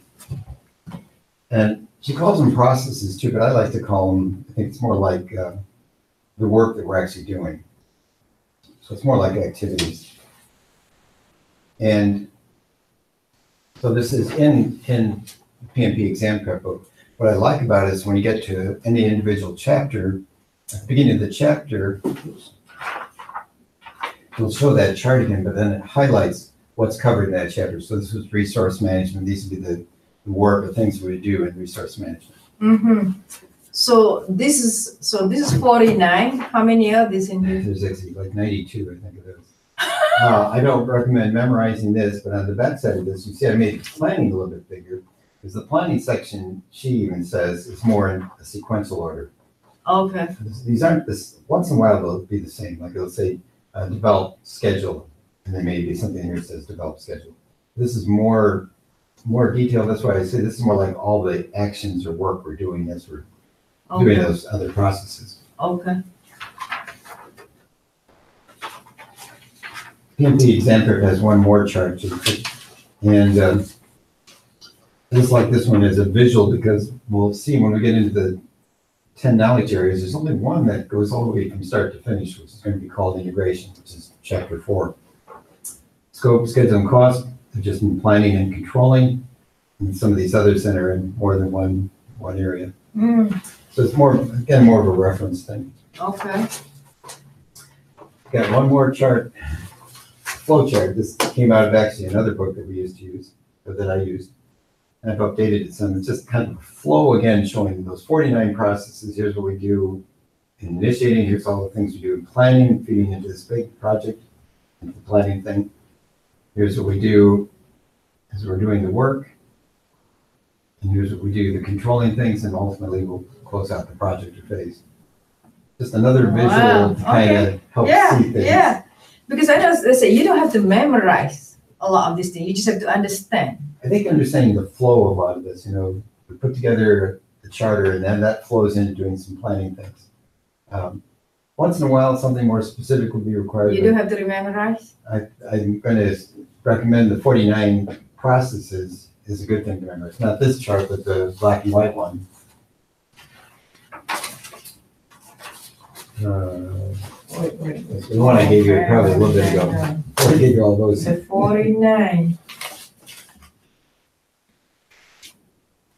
No, that's one which one to read. Mm-hmm. Too many handouts here. I can't get. Yeah, I've already. I won't give you. Are these in the order or no? This is the one here. This one I should try to memorize. Yeah. And the other, a lot of those colorful charts are just other views of that, showing how they flow together. So these are the 49 processes here. Yep. 49 processes. And one of the things I did on that chart too is you may see along the side and at the bottom, there's numbers there. It just adds up. Like there's 2 processes in initiating, 24 planning, I see. 10. Oh, okay. I see the number. Okay. And then the side ones are just showing, like within integration, there's 7 processes, and in scope, there's 6 processes. So I need to know that way and also this way. Initiating 2. Yeah, so bookends, we got 2 and 1, not too bad, but as you saw from the exam part, we got lots in planning, quite a bit in execution and control. Okay. One of the things I usually give out, and we're in the middle of it right now, but a lot of times I'll give out this, which is just, I call it terms and thoughts related to that particular chapter or section we're going through. So this is the one I put together actually for the first sections. And sometimes it has some definitions in here. In this case, I'm going to walk through some of the things we're going to be covering shortly. So I'll give you this one too. And later you'll see we'll actually have a quiz. Oh. We'll walk through this one together because it's the first day. Didn't expect that. I'll study harder. Yeah. Well, you're fortunate because unfortunately, a lot of times we'll get to this class and students may get the book this day. Well, they didn't have a chance to read. Yeah, I know that definitely helped. The only thing I know I didn't finish there. I only finished, I'm still on number 2 right now, this book, but the other book I finished. Well, that's good. Mm-hmm. Definitely it helped actually. It's a lot easier thing to follow because you go through this pretty quickly that if you don't know much, that's why I say it's gonna be difficult. It's hard. We can't quite do this because a lot of times these classes get put together pretty quickly or on the fly. I would love if we could give the students the books at least a week before. Yeah. And give them some reading assignments. Correct. Definitely. You were fortunate to have not a week, a few days. I've got a few days at least in there. Yeah. So how often after you go through this class that people take the exam usually? There's a couple ideas on that. One that Paul recommends is 4 to 6 weeks after it's a good time to go for it. I like that. I like that as setting a goal, but I really want you to go when you're feeling confident that you can pass it. Mm-hmm. That's why using Fast Track, that online tool for checking yourself out, I think is going to be very helpful that way. Mm-hmm. You don't want to do it unless you can pass the quizzes after a certain thing, but usually goal is 4 to 6 weeks after. Goal is 4 to 6 weeks, and I think that's it. Well, and that's why I don't like necessarily timelines Because if you're doing nothing else, yeah, that might be Yeah, fine. oh yeah, no, for sure, for If you sure. have family, Right. if you're going for interviews, That's what I'm thinking. I say right now, yes, I don't have a job because I cannot imagine if I start a new job that I need to learn new things, plus Right. trying to do this at the same time, that's Yeah, gonna be and really then- bad. yeah, it ends up getting stressed out. Yeah. By the way, I didn't mention this back when you're actually approved for the exam, you have from that date, 1 calendar year to actually take the exam. Okay. I don't recommend waiting that long. Yeah. But there's not a time constraint that way. Correct. Okay. Yeah, plus also depends on the job. If I get project manager job, Mhm. that will be perfect, right? Yeah, If I get totally yeah. something else that's not related, then Right, you have to go into sales or marketing. correct. Well, some of it's related because actually in sales, there are projects that get done too. Project in the sales, yeah. If you don't use it, I think it's gonna be hard to. Okay. Yeah, that's true. We're gonna look a little bit at agile and adaptive processes. This is where we got that other little book. And I think it's kind of interesting because PMI actually worked with this group called the Agile Alliance, Alliance. which is a good group to partner with. There's a number of different agile groups out there. You'll hear sometimes the term Scrum or Scrum Master used. And there's actually groups that do different certifications. PMI certification is that Agile Certified Practitioner. Mm-hmm. Scrum and Scrum Master have certifications too. Is you, I heard. I don't teach that class, but I know Dan Suter, who's teaching it now, actually gives some basic information on these other classes because they Scrum Master or basic Scrum certification. I think you can Open do it book, a I heard. day or something. Yeah, it's Open book. not that hard. That's the easiest. And then there's another one. Because I was looking at different school that has those. So sounds like, I know even the Scrum Master, that's easy, open book. And then there's another one that's a little bit more difficult. But I think the Agile Certified, ACP, ACP is the hardest one among the Agile. probably. It's Yeah. not as big as the PMP, but it's a 3-hour exam with 150 questions. Okay. The thing I like about it, I think most people do, is that it's actually more about the concepts and processes. Whereas in the PMP, we have more of those more difficult situational questions. Okay. So it's. But I see if they're applying for job, PMP is where I see everybody's asking. Yeah, what it looks like. Yeah. Okay. This is actually taken out of the Agile Manifesto. And there were 4 things that they did that was a little bit different. This has been around for 25 years now, I think, or so. Again, it got its start really in software development, but it's kind of expanded some beyond that. They wanted to emphasize individuals' interactions, so we're just getting processes put together and working with tools. Working software rather than lots of documents. Working with the customers closely, customer collaboration over setting up contracts and things. And then responding to change more readily than just following our plan. That's where I think the difference between the traditional or waterfall type, there we're putting the plan together early and just trying to keep on it. We'll have changes with any kind of project, but there it's focused more on controlling the changes and monitoring what we're doing. I won't go through all these, but there's 12 principles in the Agile Manifesto that these are built on. And I think while other projects do a lot of these things, I think they really have more of an emphasis of dealing with they mentioned business people or owners of the product, working with them very closely. That owner could be internal or it could be an external customer too. And like I say, there's a bunch of things here. They wanted to simplify what they're doing and paying continuous attention to technical excellence and doing things at a good pace. There's more of an emphasis on self-organized teams too. So in this kind of world, project managers are usually less dictating what to do, and the team's going to really decide what they're going to do. For a job? Yeah. They have regular reviews and things. They're called a couple different terms. Retrospective would be kind of the same thing as we'll talk about lessons learned review kind of thing. and they'll do this much more often. One of the things too is rather than setting up a schedule and deciding this is what we're going to do, what they'll do is talk about the velocity of work. How much work can we get done? So it's focused more on the product rather than what I said earlier, than the process stuff. So if they see that they can get 1,000 lines of code done per day or something like that, okay, we'll plan that to be that way. They want it to be self-sustaining though. They don't want you burning out the people. So ideally, if you got a good agile project set up, you're going to go at the pace that the people can do forever and not get worn out. So I think that's a good thing about it. Agile has some variations in different terms that you might see.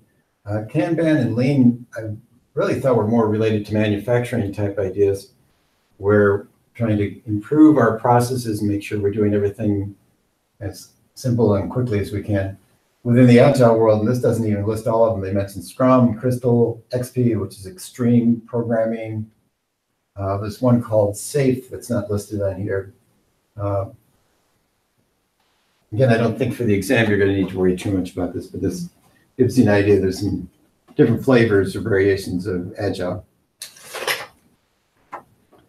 This chart comes out of PMP too, and I think it's interesting. It's looking at uncertainty versus certainty.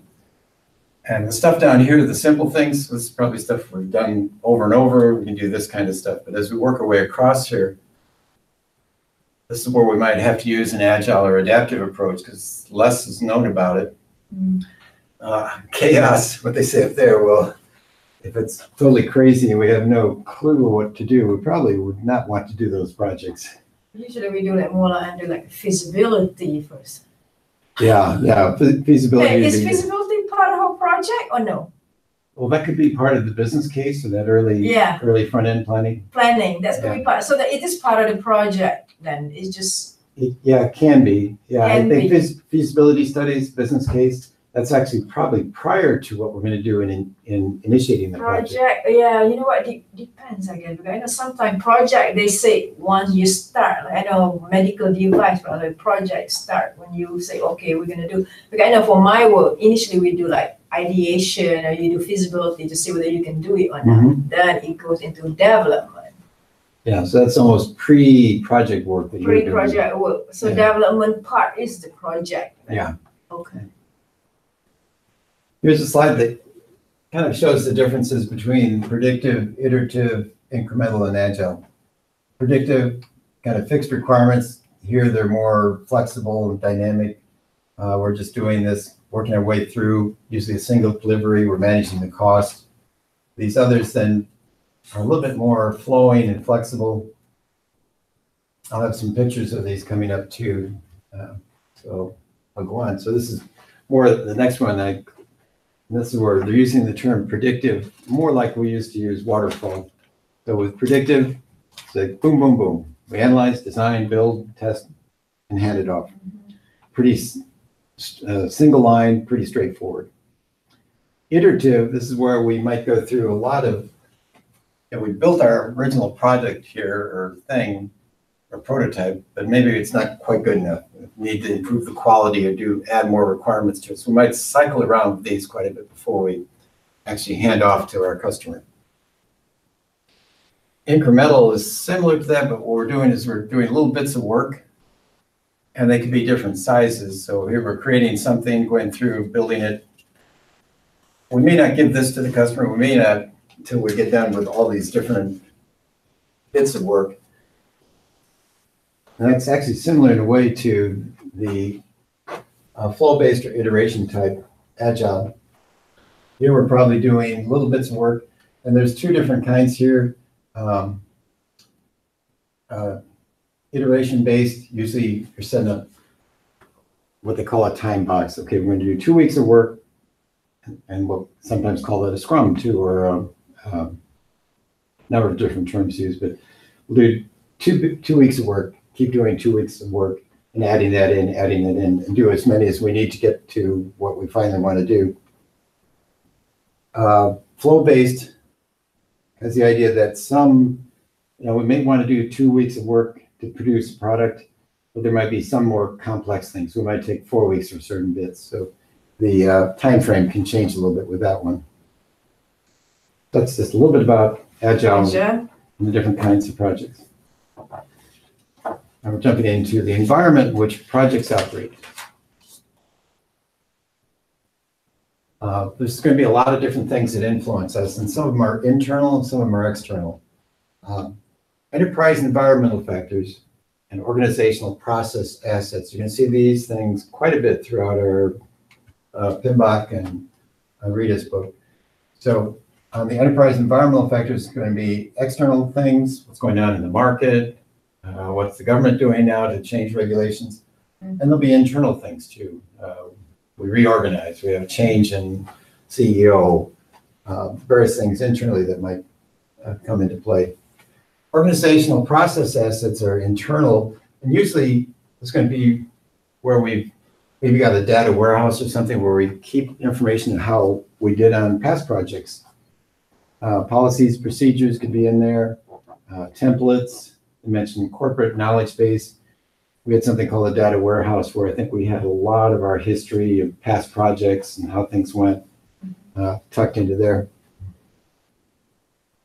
So a little bit more about enterprise environmental factors. These are usually things that we don't control directly. So it could be within the company or it could be that stuff in the outside world. This is going to have some kind of influence on us a lot of times. And so one of the things we're doing here is, and mostly this, we'll see this a lot in planning, these a lot of times will be inputs into our planning work and figuring out how we're going to do different things. As I mentioned, this could enhance or constrain us. You know, if it's outside stuff, we might think, well, we're going to sell more. Okay, that'd be a good thing.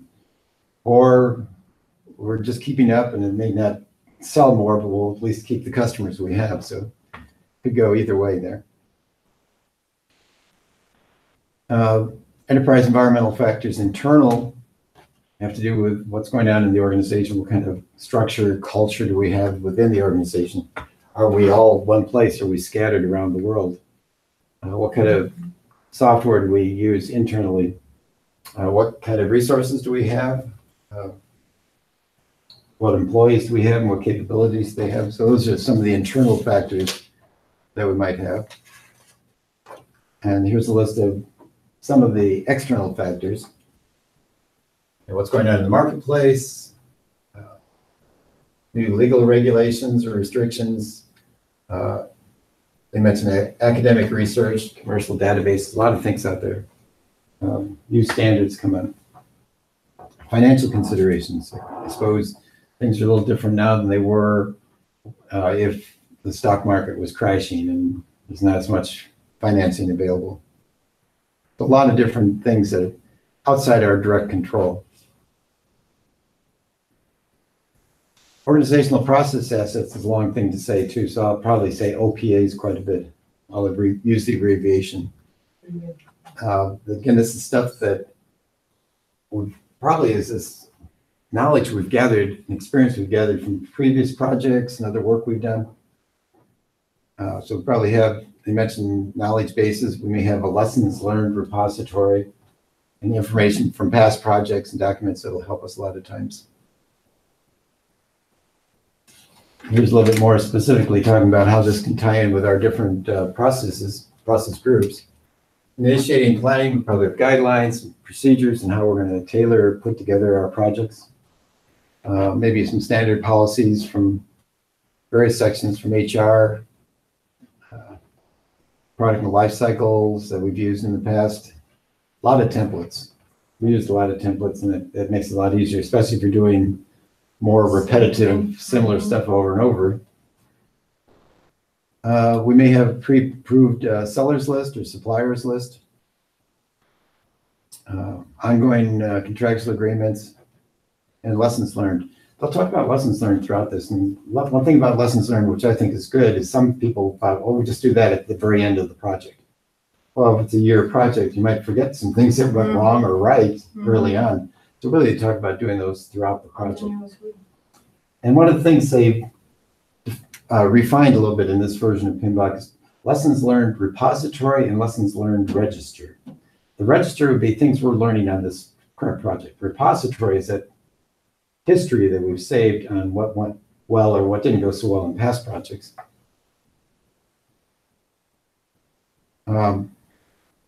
Executing monitoring control, we probably have change control procedures, way we do, they mentioned financial control, how we track time, disperse money, probably things about dealing with issues and defects, procedures for that. More stuff. How do we communicate? We probably have some communication requirements, or how long do we have to retain information? Risk control procedures, standard guidelines for doing our work, how we do our performance measurement, lots of different things there. We validate, test our products and say, yep, it's good. Closing them, probably have, I think most groups have very specific things, a lot of paperwork and everything usually too, and closing out a project, final lessons learned, acceptance by the customer of the final product or service, lots of files then being stored away for future use. And if we got a production or operations group, we're going to be transferring information over to them. In my world, we had a team called the deployment team, which worked with our customers to help install the software on their equipment, and also help them work out any questions and things they had. Most of our customers actually had their own labs, so they wouldn't just put this new software out for all of the city. They'd put it in their lab and do what they called soaking it. They would actually test it there to make sure it didn't break anything. I see.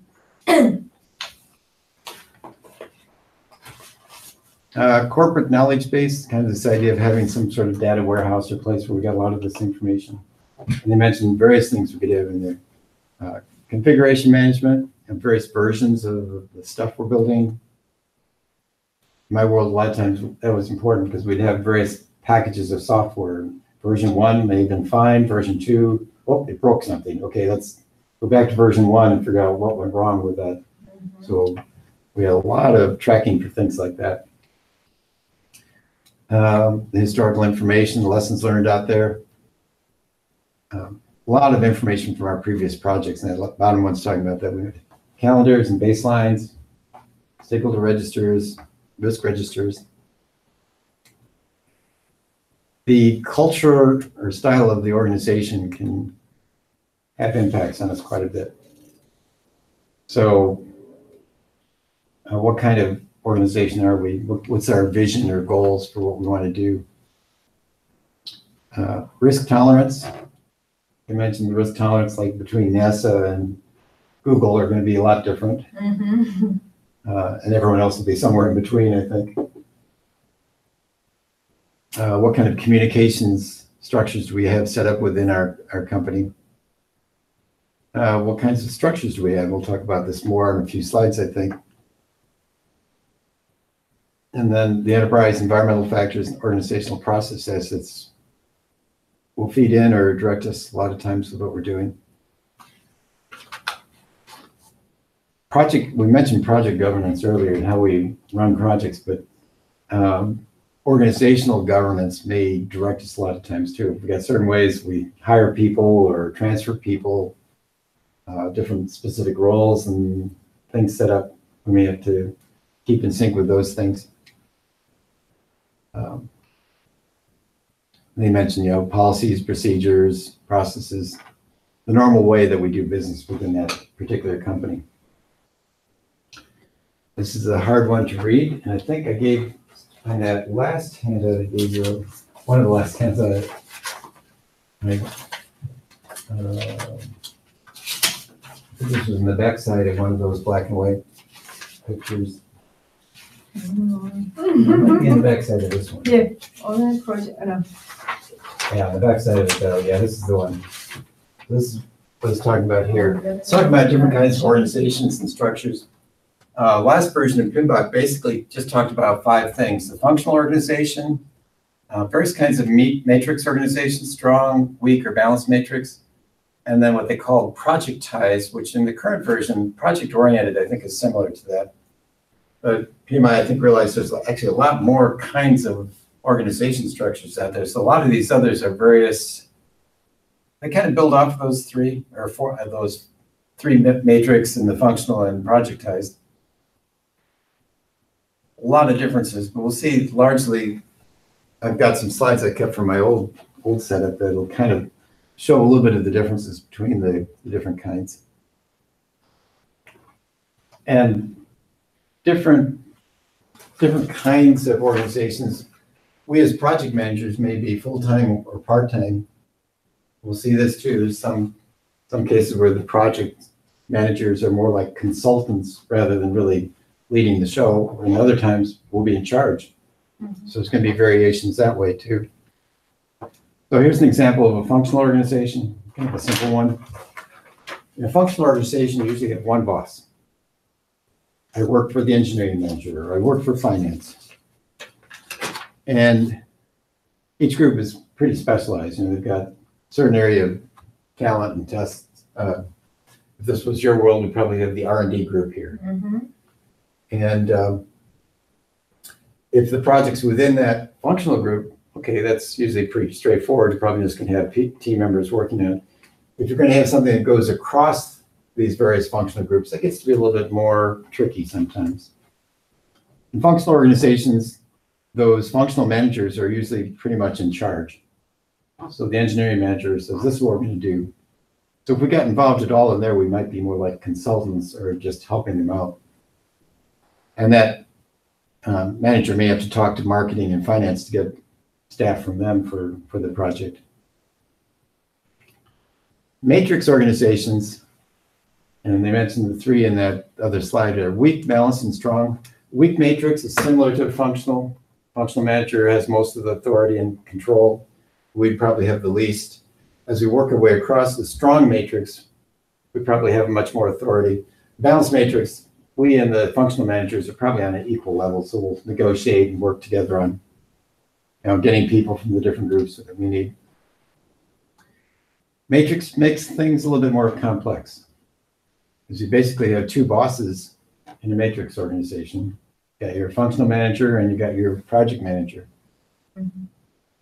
They mentioned PMO here. PMO is more likely to be in a projectized or strong matrix organization, but you could have a PMO in any organization or not.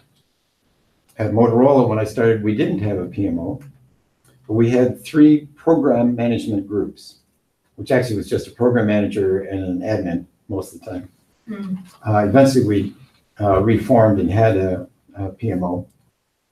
But those groups, what they did, one would be working on the current program, and then the person that just finished the program would kind of leapfrog over and start planning the next one that might be a year out.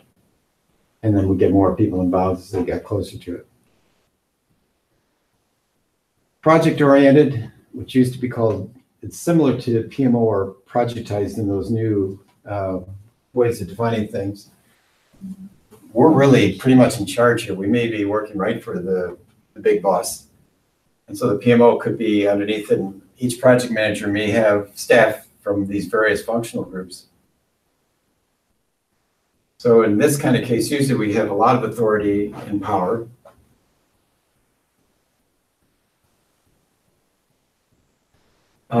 In the adaptive or agile world, it's a little bit different. They've got 3 main groups they talk about.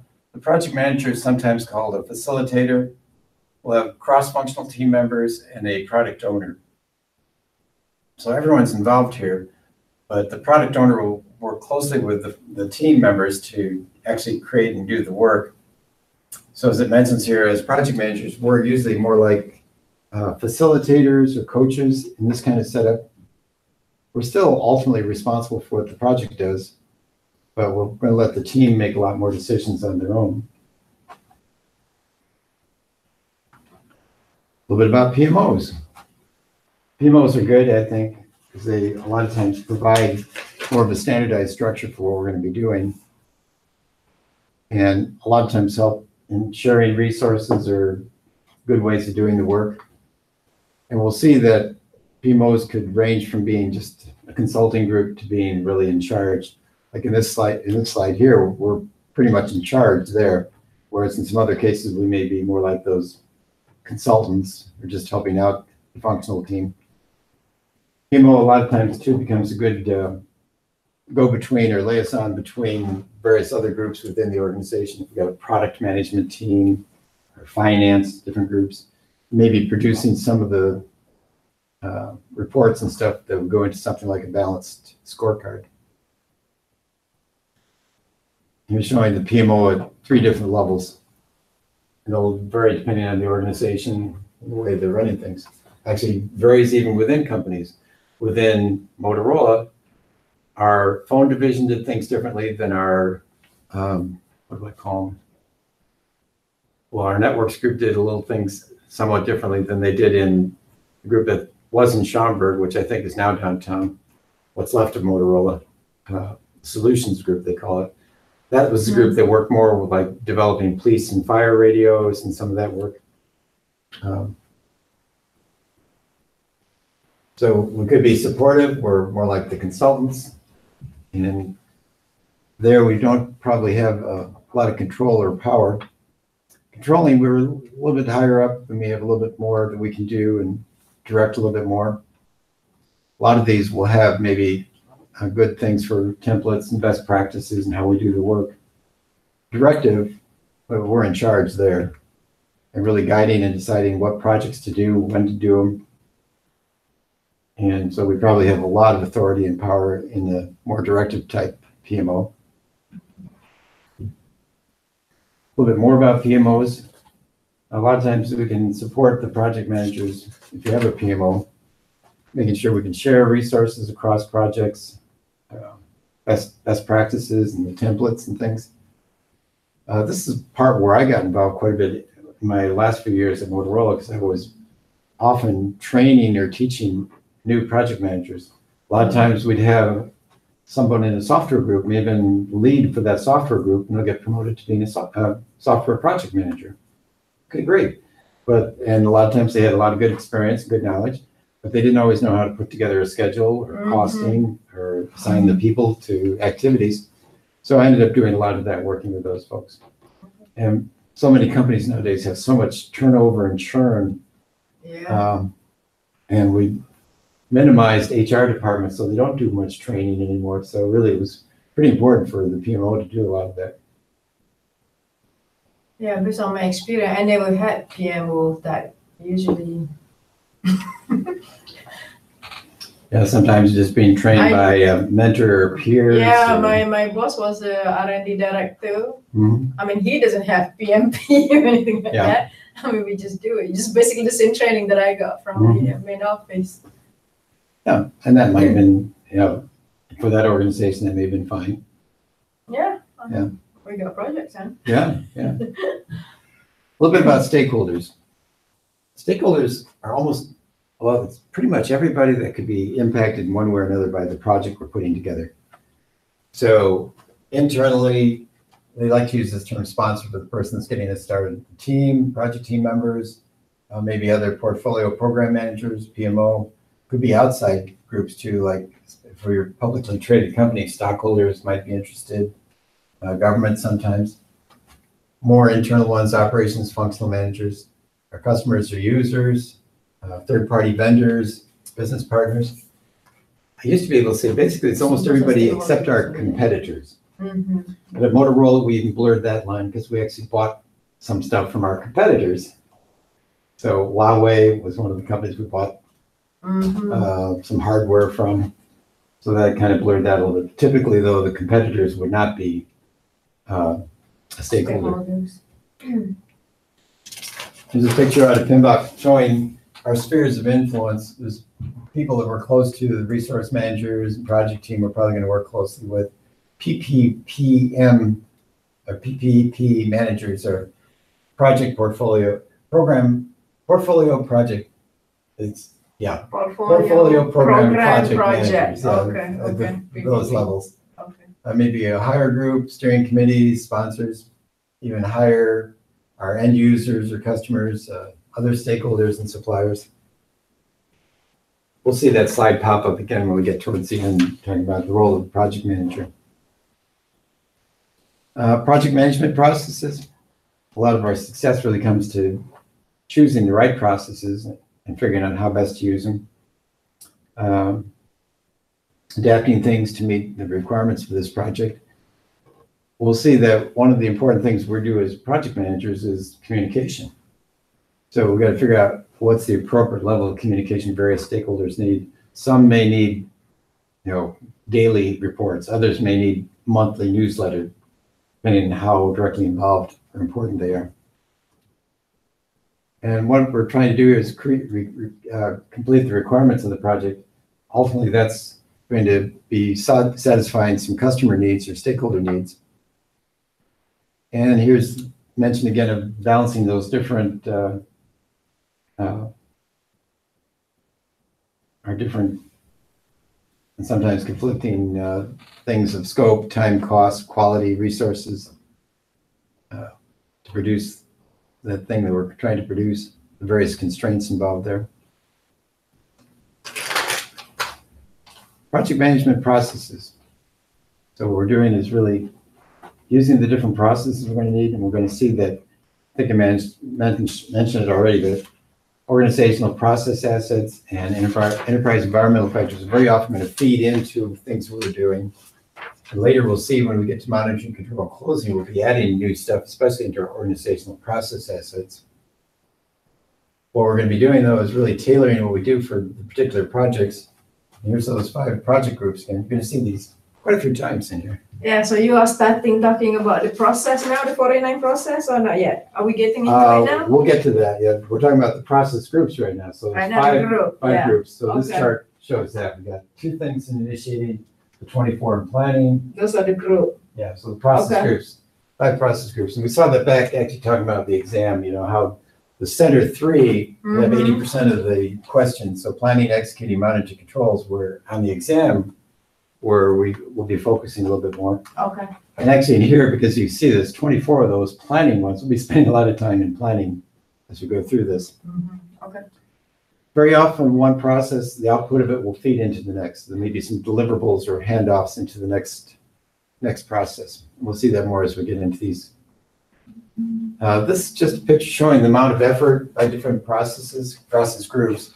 So initiating a little bit of work up front, drops down, then planning, a lot more work overlapping with our execution work. Monitoring control is kind of seen as that start to finish thing. We're looking from the beginning to the end. Or do we need to change something? That being said, though, I think a lot of what monitoring control is doing is during the execution phase. So that's, I think, why those overlap quite a bit. And ultimately, we're going to close out towards the end. So some work with that too. It's another picture out of PMP. It's kind of showing our project will have these specific boundaries. We have a sponsor saying, I want to do this project, some business documents, business cases that will get us started. Initiating, planning, executing, closing, kind of cycling around here. Like I say, monitoring control processes are seen as that overarching from start to finish kind of group. And the output of this will be those deliverables to our customers or end users, and new things being stored away in our organizational processes. How did this project go? What went well? What didn't go so well? So now we're going to go into a little more detail on initiating. Okay. This is where our initial scope is defined, and usually financial commitments are made. There may be internal, external stakeholders that'll be important for this. And then again, the kind of project, are we doing an internal project, or is this for outside client or customer?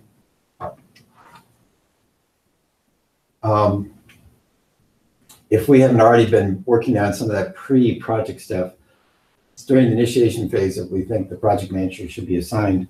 And the earlier the better, because a lot of times project managers may have some knowledge and experience to help the sponsor put together the initial, what we'll call the charter.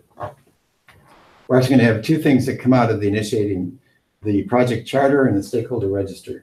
The charter is going to be this high-level summary of here's the work we're going to do, here's the time frame, the amount of money that we're allocating. And the stakeholder register will be a list of all the people and organizations that might be impacted by this. During this process group 2, we're also putting together and defining our start and end times, or basic boundaries for getting the work done. I have a question Sure. related to, like you say, oh, they also give time, start and finish. Mhm. How do they know? Because I thought those are something that once you get all the team members involved, those people will say how much time they need to do certain things. That initial, what the sponsor says, the initiator says, may end up getting changed quite a bit, but they may say, I want it done in 2 years. yeah, I want it 2 years, here's $1 million. Uh-huh. And maybe some high level requirements. Now, as we build out our plan, that may get altered quite a bit. Let's say, Yeah. oh, we only need 1.5 years, or we need $2 million, so that can change quite a bit. And Okay. that's one of the things we'll be doing more in planning, but initially. So those are in planning. So initially, okay, The charter is a very high level document, that they say, yeah, okay. basically saying, go for it. And then when we put together our plan, say, well, that's not enough money, or, or we may have to change it. If there's a hard deadline that we have to be done in 2 years, we might have to Yeah, shrink the reduce the scope or scope. something. Okay. Now, I'm going to give you a copy of this, which is actually in PMBOK too, but it shows a little chart for each of, I think you've got them in your slides too, but this is a bigger picture of it. So initiating, we basically have just these two processes. We're going to identify the stakeholders, and we're going to develop the charter. And if this was a big project with lots of phases in it, we might be doing this in each phase. These charts, by the way, are towards the standard section in the back of PMBOK, so that's why there's these high page numbers. Mm-hmm. Yeah, I don't remember seeing They probably haven't, because like I say, that's in, what was that, 500 something? it. 560, what chapter? So that's way in the back section. Oh, unless I just miss it. No, I 560, oh, yeah. and in PMBOK, what they've done in the back there, mentioned doing the vertical view, so you have 561, Oh, chapter, 562. okay, I only got chapter 1. Okay. So that's the part about Okay. initiating. That's why I pulled some information from the back section into this introductory Okay. part. Okay. We're going into planning now, which is, you're going to see the next slide that I show is going to be the one that shows all these planning processes, which in there is probably too small to read. Mm-hmm. So I made you a bigger copy of it.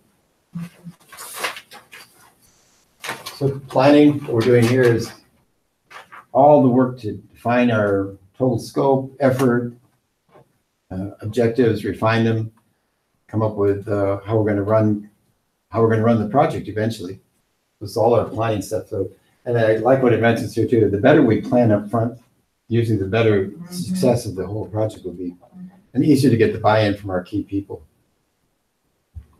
So like I say, this is kind of a busy chart, but it's showing again, we're going to have various planning processes and scope, schedule, cost, quality, all these different groups, and it's feeding into building out eventually what we'll call our project management plan, the big plan. So a lot of different work coming in from these other knowledge areas. Executing then is where we're doing the work. So this is where we're carrying out the work that we plan to do based on our plans. We're working with our people, coordinating our people, resources, managing the expectations of our stakeholders, as well as bringing together and integrating the work that we're doing. This is where a big portion of our budget is spent. And it's also where we're probably going to be generating some change requests, which may trigger some more changes in our planning and modifying things. So the execution project group actually shows the two integration project management things in the middle here: direct and manage the project work and manage project knowledge. We've got these other execution processes that are interacting and feeding into that too. Monitoring and control then, it's all the processes to track, review, and regulate our progress and our performance. And one of the things we're doing there too is trying to control changes as much as we can. But a lot of times we may be recommending some things that'll correct or prevent problems. And so a lot of what we're doing is looking at at this point, we've got our plan put together. So we're going to be comparing our plan to how we're actually doing. I like to call it plan versus actuals, but we're comparing our performance measurement baseline is talking about the total view of scope, cost, and schedule. How are we doing? Are we on plan for what we thought we'd spend? Are we on track as far as the schedule goes? How are we doing in getting the different requirements done? So this is, again, a process group that can be done throughout the project, but I think a large portion is going to be done while we're doing the work, so during the execution phase. And here's the picture out of PMP again showing monitor control and perform integrated change control are going to be our two central project integration processes. And a lot of other processes will feed into this. 10, I think, right? Yeah, I believe it's 10. I'll be giving some exam hints too, because in the monitor and control process group, very often you'll see the word control or monitor as words in there. There's one exception, which is in scope. It's called validate scope. It's making sure we plan to do 20 requirements. Those 20 requirements are getting done. I didn't mention, but in execution, you're going to see too that a common word in there is the word manage. There are certain words that don't stay in one process group, but manage always is going to be execution. Control or monitoring will always be in monitoring control. And ultimately, we're going to close out. So our last process group will be closing out the project. All the work we need to do to wrap it up. It could be talking about closing out the project, or it could be just talking about closing out a phase of a project too. So we're handing off our deliverables, getting accepted by our customer end users, having our post-project reviews or phase end reviews, gathering all the information, how we tailored things, lots of new things going into our lessons learned, and any updates that we need to throw into our organizational process assets. And they mentioned some tools here. They mentioned PMIS, which is Project Management Information System, which is actually considered an enterprise environmental factor, but those tools that our company owns that we use, whether it's a scheduling tool like Microsoft Project, finance tools, whatever it might be, we're going to use those in our project, but we don't own them just in this project. Something that the corporation or organization has. Even if we terminate the project, we're going to have to do a lot of these closeout things to make sure everything gets buttoned up and stored away. Any final payments made if we're working with contractors. And then for our people and our teams, we've got to do the final assessments and then release them, let them go. The closing is pretty simple. One process. It used to be there were two processes, but they've consolidated in one. So in the previous version, we actually had two here. And the other one was closing procurements or closing our contracts. Now that's kind of merged into either controlling the procurements in the monitoring control section or partly within this closed project or phase. Here's a picture you're going to see pretty often in our slides, and just shows actually kind of like the waterfall view, I guess you'd say. Initiating, planning, executing, monitoring, control, and closing. And how even with this, even with a predictive model, we're going to go through a lot of iterations a lot of times. We may get to execution and see we need something we changed. We might go back into planning. Monitoring control, we might see some other things we need to change. Either go back and rework it, replan how we're going to do the work. There's another picture kind of showing the same thing, although this time they did stairs stepping up. And again, this makes it a little easier to see that monitoring control is kind of over the whole project. And in this view too, you can kind of see where initiate overlaps with planning, which overlaps with execution too. Kind of showing that a lot of times these aren't distinct, depending on the kind of project. Sometimes it is very distinct. We do this charter, get them put together, then we'll do our planning. Then we'll start doing our actual work. But sometimes they can be overlapped. So one more time, 5 process groups. Initiating, planning, executing, monitoring, control, and closing. Can be repeated throughout project life cycle, especially if we're talking about phases. This could be repeated. They mentioned here that we can even repeat these like if we had a software development doing design, we might go through all those construction, testing. Project management knowledge areas. And then we have 10 project management knowledge areas, which are in that one chart you can kind of see along the side here. Actually, this is a simplified one, because each one of these actually says project integration management, This one project here? scope management. Oh, okay. I'll also actually give you a simpler view of that. For memorizing that, I would write out project management each time for those. Dang. Knowledge areas. So those are called knowledge areas. And while we're looking at them as individual things, they're interacting with each other quite a bit. As we put together a schedule, we may see we need more people. That's going to be cost. We'll be bouncing around between those different knowledge areas quite a bit. Here's just a list of the 10. People sometimes ask, why is it 4 through 13 rather than 1 through 10? Well, it's largely because in PMBOK and in Rita's book, chapter 1, 2, 3 are these introductory foundational things. Okay. And here's a picture of the chart. PMBOK has this actually 2 places in it, page 25 and also towards the standard section. 556. So here's the chart in here. I could have given you a copy of this too, but since I already I like this. I like this one. Yeah. Do they have this in here somewhere or no? It's the same thing as that. Because you have the numbers there. Yeah, I've added a few things into it. And actually, eventually I'll give you my file that has this. This is actually an Excel file that I did that in. So Okay. I'll give that out. But this, here's the view in PMBOK. It's both the same in the standard section in the back and also up front on page 25. This helps you see too what we already can tell from like that other chart. Lots of stuff in planning. Got 24 things there, 10 in execution, just a couple things in initiating and 1 in closing. So not that too much in those, but a lot of processes in these center sections.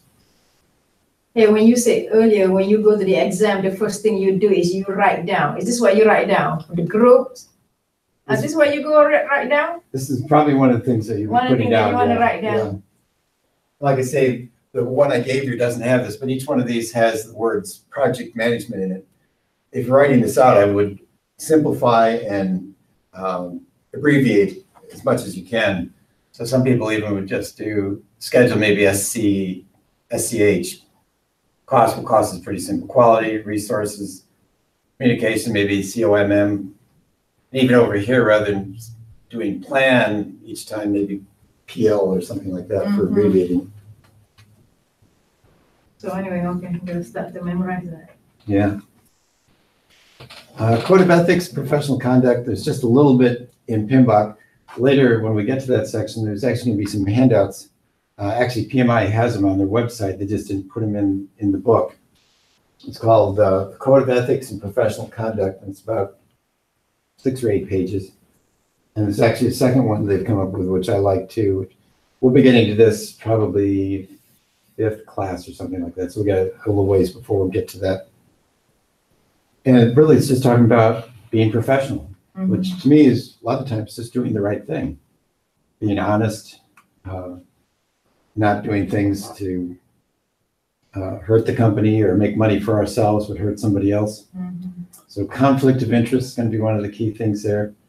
And we'll see that they're going to talk a lot about honesty, truth.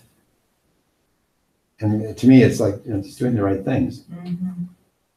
So it's pretty straightforward. It's not and Rita does have a separate chapter on that, chapter 14 in the PMP exam prep book goes through that some too. The role of a project manager. And this was mainly chapter 3 or the first set in that first part. And there's a little bit, just 1 page, I think, in the back of the standard section that also covers this. So we play a critical role a lot of times in making sure this project is successful and we get the work done. As we've seen from those earlier slides, it'll vary depending on the kind of organization, the kind of structure we have, whether we're in charge or whether more like consultants. And this can evolve a lot of times. As I mentioned there, that we may be involved from initiating through closing, My world, I was mostly involved probably from planning through execution, a little bit into closing. Not always up front though. That may have been more what the product management group and finance and others did. So we'll be involved obviously with, analyzing how we're doing, what we're getting done. As we saw in that very earlier slide, we might be involved with doing some work on the business case and some things up front. Business realization is kind of a term that they've started using in the last version of PMBOK. Really has more to do with what value is this project going to have for our company, and evaluating that as we go through it. We get halfway through. Does it still make sense? Should we keep doing this? Or is this customer no longer wants the product? Okay, well, let's stop. Let's not keep going then. And our role will be distinct if we have functional or operations managers. I think it's pointed at the bottom there. Well, we just saw this slide, so here's the slide again talking about the spheres of influence for the project manager. Be closer with our team and some of these folks. PMO, it's actually a little different slide than the other one. Can you think of it? It's got 3 spheres, where the other one had 4 spheres. People we're working with very closely here: project team, the PPP managers, resource managers, our next level PMO sponsors. We have groups called steering committees. Then ultimately our suppliers, our customers, or the end users. So our role as project managers, usually we're assigned by the organization to lead this particular project we're going to work on. There's some specific skills and things that are important for us. They broke it down into 3 categories: knowledge of project management, performance, how we can get the work done, manage the project work, personal effectiveness. What's our personality like, or what kind of leadership skills do we have? How good are we guiding the team, directing and moving them along? This is a new thing in PMBOK 2 and PMI. We talk about those 3 areas, talking about the PMI talent triangle, and point out that it really is good to have a balance of these 3 things. If you're really strong on the technical side, it's where, if we promoted a software developer that was really good, that's great, but they might not have good leadership skills or know that much about the business management and the strategic goals of the company. So ideally, if we're weak in one area, it's good to work on developing those other areas. This spells out those 3 things in a little bit more detail. So knowledge and skills, how to put together projects or programs, portfolios, be kind of the technical project management side. Leadership. We're going to have a slide coming up in a minute talking about management and leadership and how they're different. Management is just kind of maintaining what we do, where leadership is really developing, motivating the team, moving us forward. And the strategic business knowledge is really understanding that particular company or industry that we're in and what we're trying to do there. As mentioned, we're can be most effective if we got a good balance of all 3 of those. Here's a slide where it's comparing management and leadership.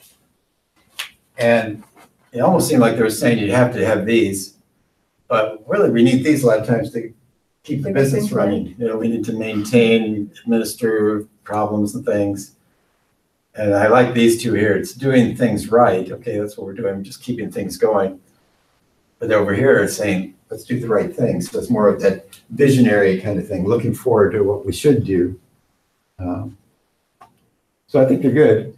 I think they point out too that you can't have one without the other. So in order to be a successful project manager, you need both of these, not just leader. You need to be the other also under management.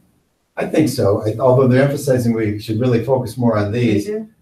To keep the business going, we may need to do some of these things too. Make sure people are getting paid, they're getting their timesheets turned in, whatever it might be. We got problems, how do we fix it? Okay, well, that might be more of the maintenance kind of thing. Yeah, the leadership here, I think a lot of these things are looking more, they're more forward focusing. As I mentioned there, near-term goals, long-range vision. You know, here we're just asking the how and when, how are we going to get this done? Here it's, you know, again, looking forward a little bit more. Because sometimes I thought I'm reading long, I say, oh, you want to be a leader, not a manager. Yeah, managers are kind of keeping the status quo in a way, you know, let's keep doing what we've always done, fix problems as they come up. And some of that's okay.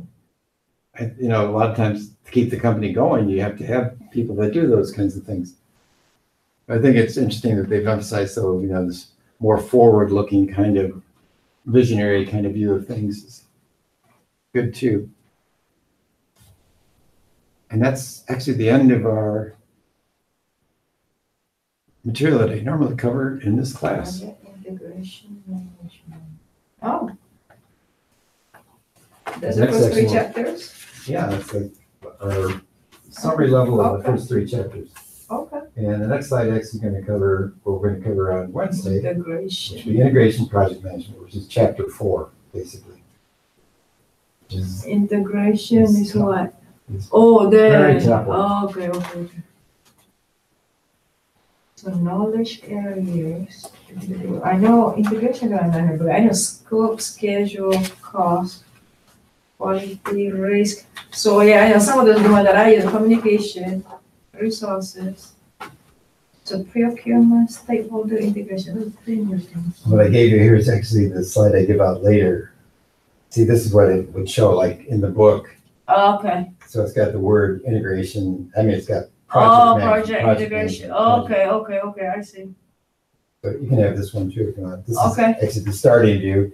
This is the one for beginning to prepare for memorizing. Oh, I wouldn't okay. write out project management each time. I Yeah. would just integration, cost, schedule, Okay. scope. Okay.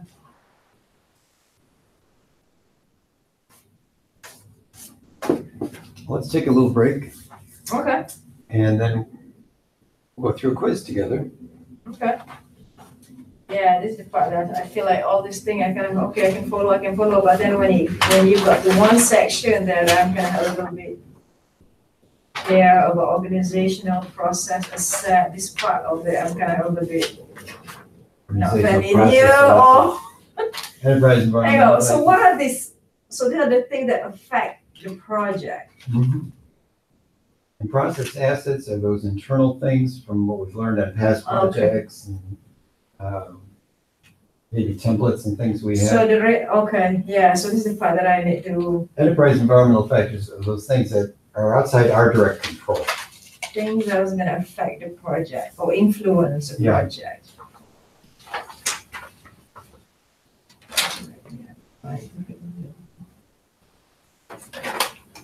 Just one more chart I didn't give you, but we saw this in the book, but it's kind of talking about why we do different projects.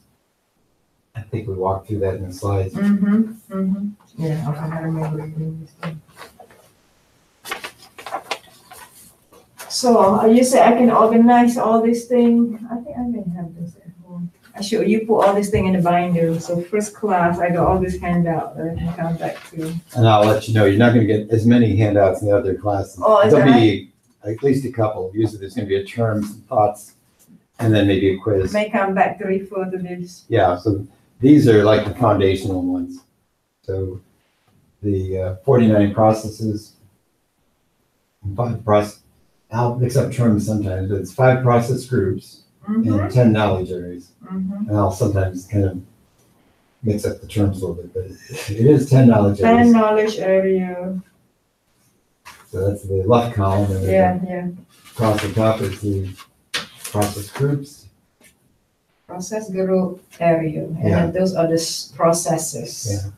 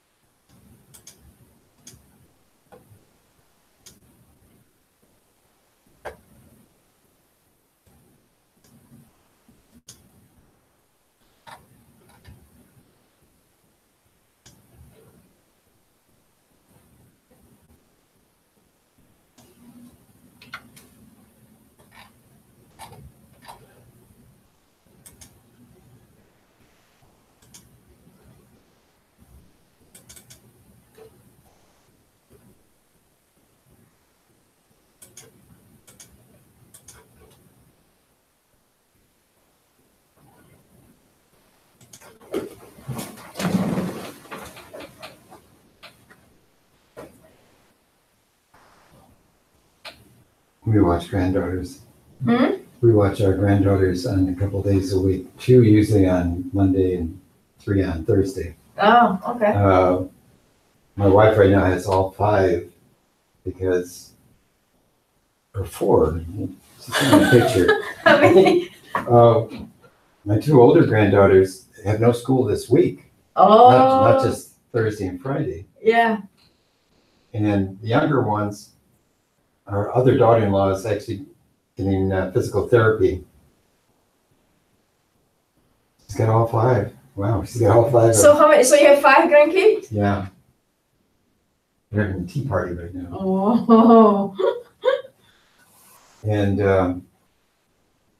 it's kind of unusual, but All girls? yeah. We have 3 sons and 5 granddaughters. 3 sons, 5 granddaughters. Oh my God! Wow. The opposite, huh? Yeah. And their age range from 2 to 11. The oldest one is 11 now, so she's in middle school already. And the youngest one just turned 2. 2. Wow. So they're all close to you? Yeah. That's nice. My oldest son lives 6 blocks from us. Oh. And my middle son, who has the 3 daughters, lives about 20 minutes away.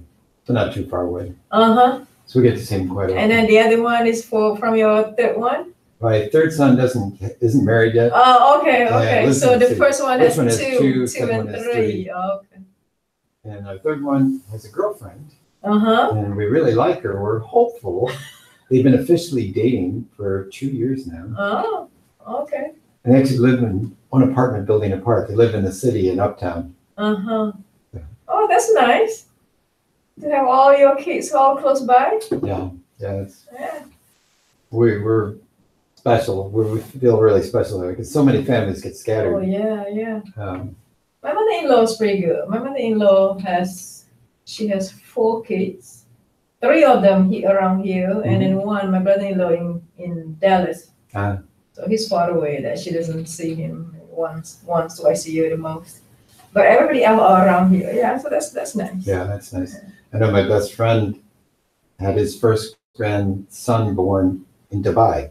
Oh. Well, that's a little further away. Yeah. And I think he got to see his grandson, maybe once a year for a while there. Now they moved back to the States eventually. His son was an architect Uh-huh. and was working on Oh, new buildings maybe there. at least they He don't- came back, but he was living in Boston then for a while. Now they live in Colorado Springs, so still not, Still far away. yeah, not very close. I feel bad for my parents.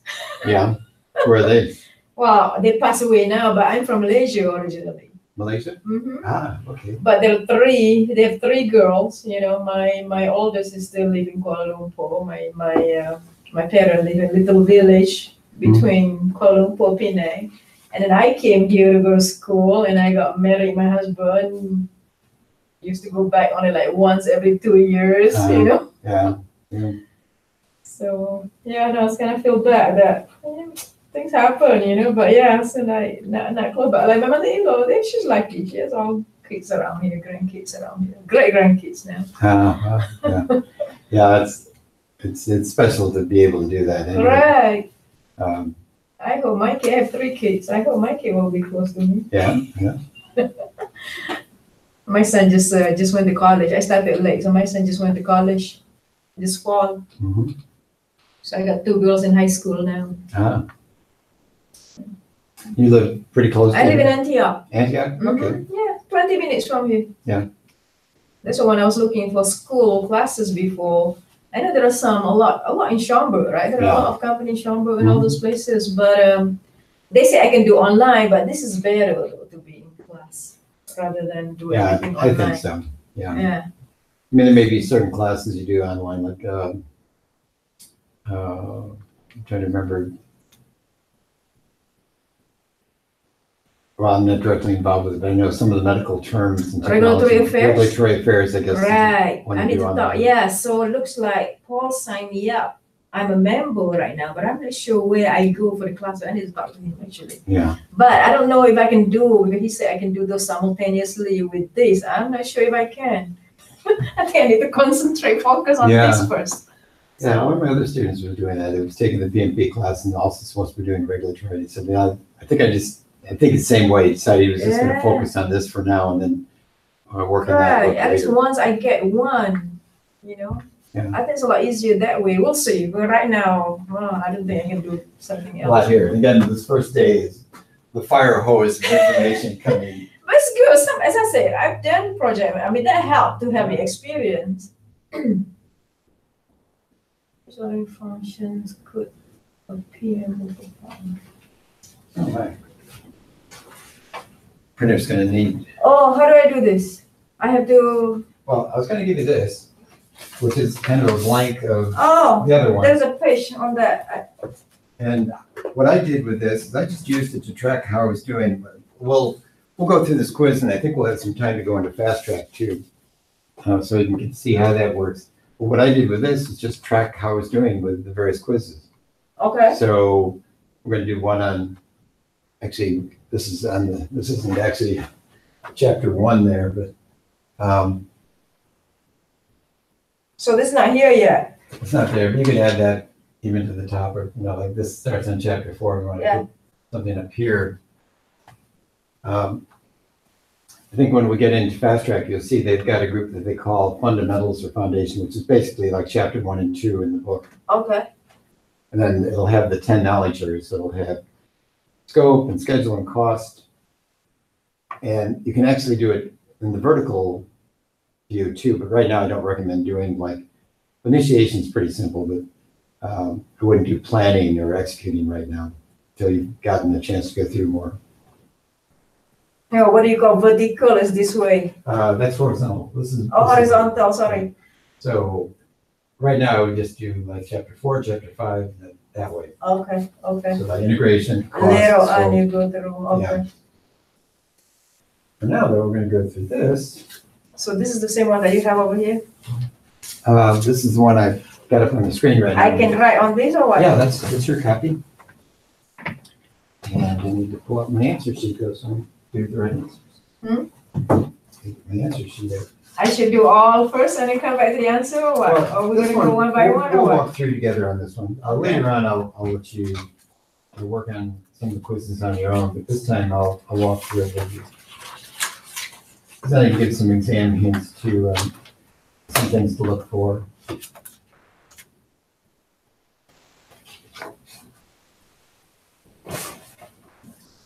And also, unfortunately, our quizzes are not set up quite the same way as the exam. The exam will always have multiple choice 4 answers. So as you can even see here, we've got True, false? true, false, Oh, okay. which probably wouldn't be, and you'll see later too that sometimes we have 5 answers. Oh, okay, Uh, okay, The exam will just have 4 answers for everything. okay. So I'm going to suggest I'll do the odds and you can do the evens. How's that sound? So I'll read the question and answer it, and then you can do the next one. So which of the following functions could a PMO perform? Recommendation of policies and procedures, yep. Formal authority over all organizational projects, could be. All project managers report to a PMO organization administratively. So all 3 of those are good. So in this case, D is a good answer for that. All of the above. Oh, you're too fast.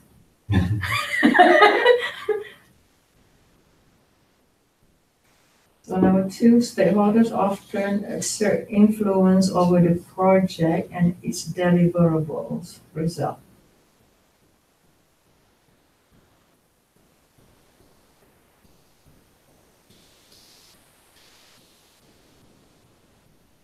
True? Yeah, that's true. The standard bell curve life cycle is typical of construction projects, software development projects, vehicle design projects, or all of the above. All? All the above, yeah.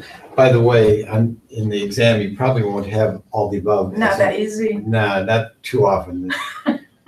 We have probably too many all the above answers in our quizzes. Okay. Who came up? Who came up with the questions here for the quizzes?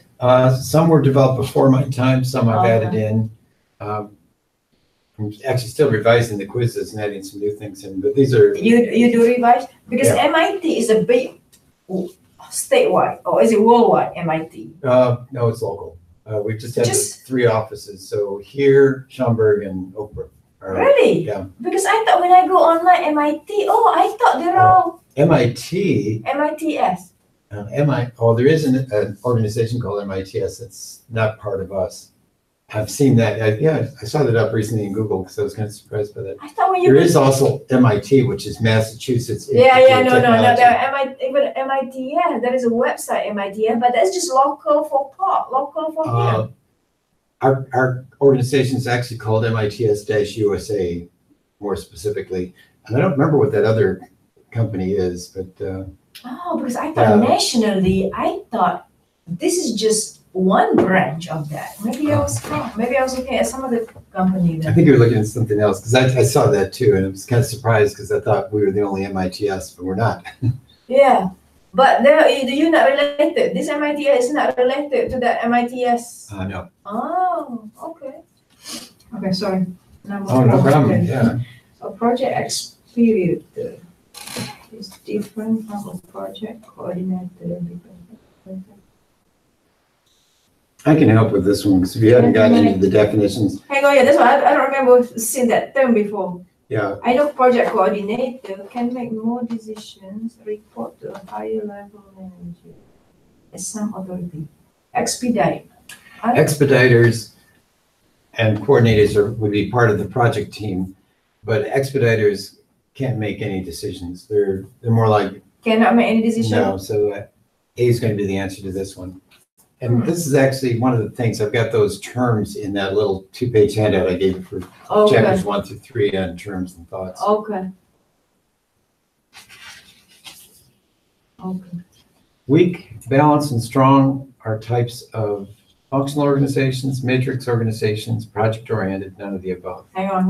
Let me Okay. think. All right. I remember functional organization, matrix organization.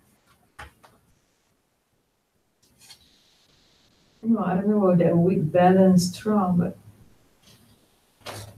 types of.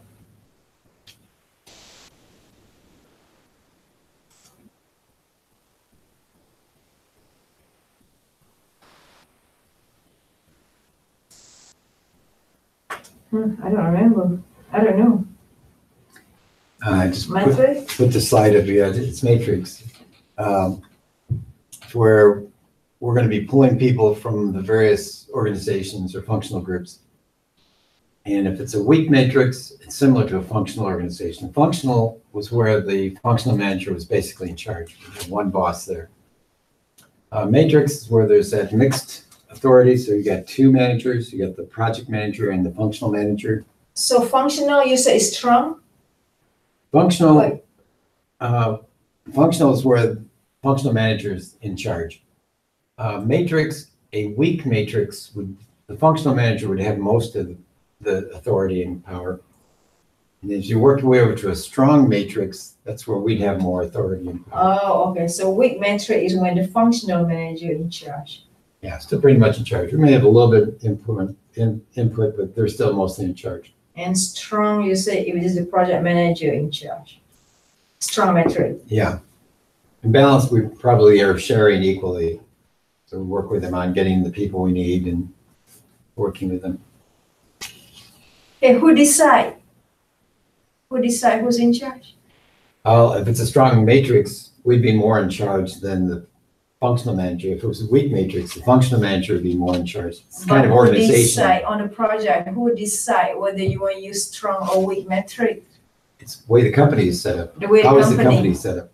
So if we were in a strong matrix, we'd have more authority and control. If we're in a weak matrix, we'd be not so powerful. We'd be asking the functional manager, can I have these people now? And they could say yes or no. Right? So all this is going to come from PMO or whatever. PMO is the optional thing. We may or may not have a PMO. Oh yeah, that's right. If we got a PMO, they can a lot of times help. Okay. Stakeholder which one's mine? Yeah. Stakeholder conflicts are generally managed by consensus decision making, independent internal customer, independent internal by the authority, by project sponsor. Consensus decision making? So not a bad thing to do, but I think one of the things we just didn't talk about this specifically about conflicts, but when we talked about balancing constraints and everything, a key thing for most of these kinds of questions, usually what's in the best interest of the customer, because we want to have customer satisfaction or satisfy the customer. So B is a good answer. So B, okay.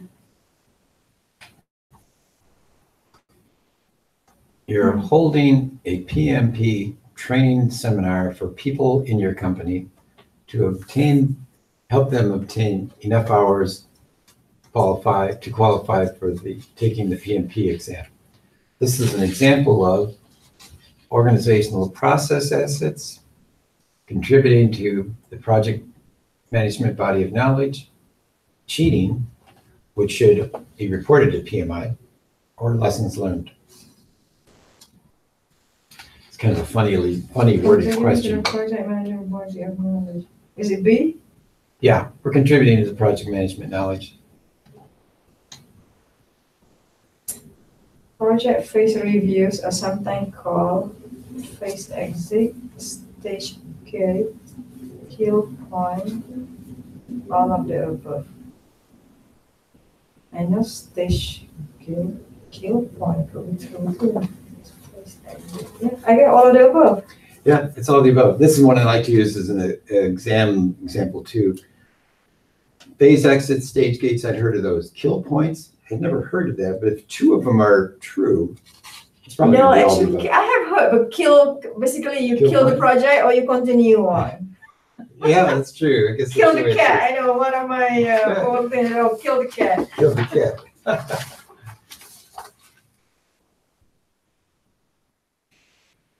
To be effective, the project manager is required to be an expert in the project's underlying technologies. True or false? I think there's a way to be an expert. To be effective. That's I actually don't know. I was gonna say not necessarily true. right. It's not. It's not true, right? Right. False. But then it said to be effective. So Be effective. Well, you can be effective even if you don't. If I'm not a software developer, but I'm over a software development project. but you know the project, how to do the project. Okay. Yeah. So this is This one's false. okay, false. Okay. The risk or uncertainty level of a project is highest at the start of the project.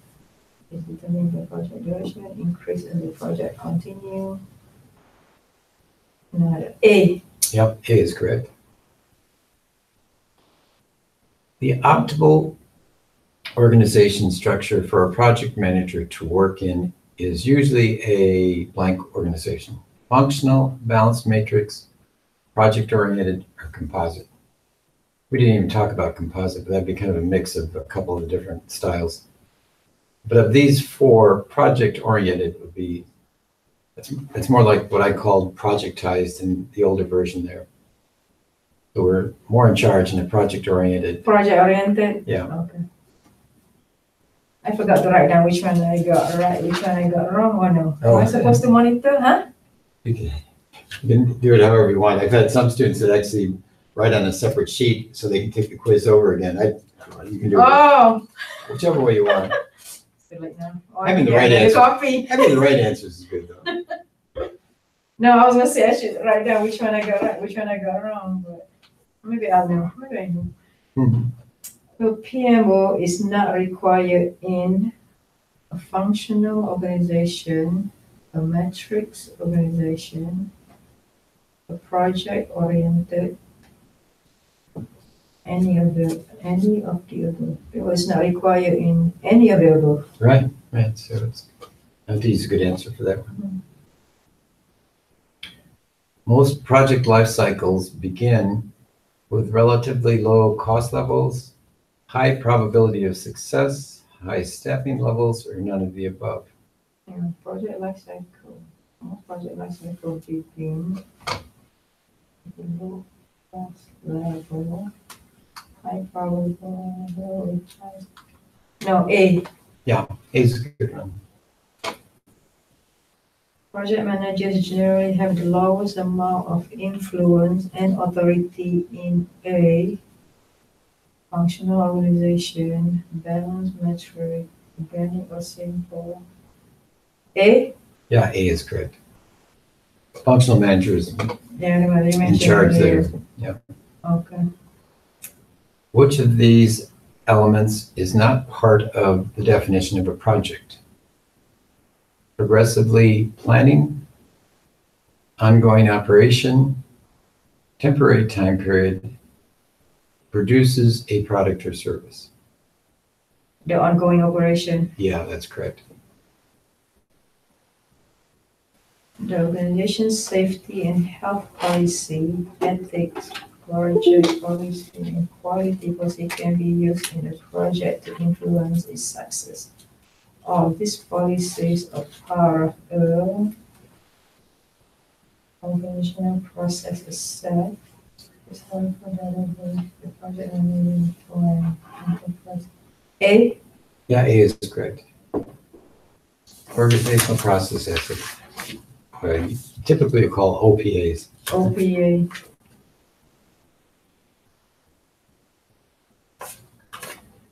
Each employee has one clear superior in a functional organization, matrix organization, a project-oriented organization, or all organizations.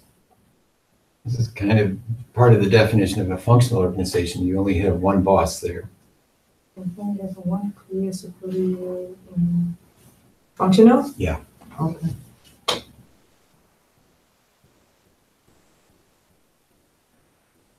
Okay, yeah, makes sense. Product life cycle follows strict guidelines for phase names for project life cycle. Have 5 distinct project life cycle phases. Provide the project manager additional level of control over comfort level are always standardized within a corporation.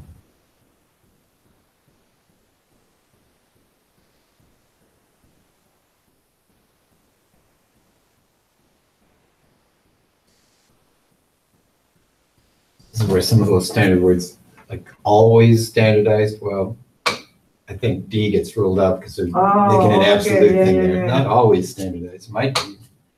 And B, actually, 5 distinct phases. Well, they might be distinct or they might be overlapped. So I think that one Oh, is I see. too strict too.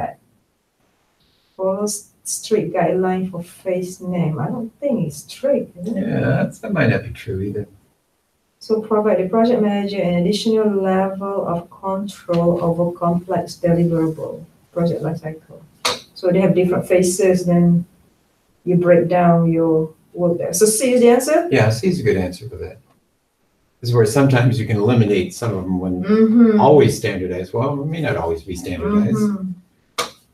So in that case, there weren't 4 good answers. It's not one of those with 4 good answers. Sometimes there are some with 4 good answers, and you have to think more about how A might think. Necessarily not strict. Okay. Blank provides a comprehensive, consistent method of controlling the project and ensuring its success. Earned value technique, which we haven't even talked about. Strategic planning meeting, project charter, project governance. Consistent method of controlling information success. Governance? Yeah, governance is the idea here. It's how do we manage and control the project throughout its life cycle. In the phase sequence defined by project life cycle, the subsequent phase is never begun until all deliverables are approved from the preceding phase. Phase sequence.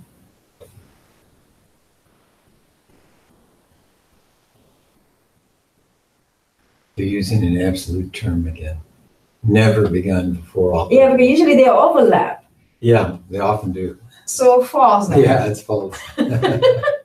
No, I remember about the overlap, but then I said, oh, is this, okay, so it never. Never, yeah. Okay. So there are a lot of questions like that in the thing, never, always? Yeah, there'll be some, yes. Some that you would definitely, you need to, okay. Because it's just, you can tailor, so you can always, it's flexible. Yeah, depending on the kind of project we're doing and the company we're working in. Sometimes it may be perfectly sequential, but others could be overlapped. Okay. Why do organizations divide project into project phases? Improve management control, monitor performance at key milestone points, provide links to ongoing operations, or all the above?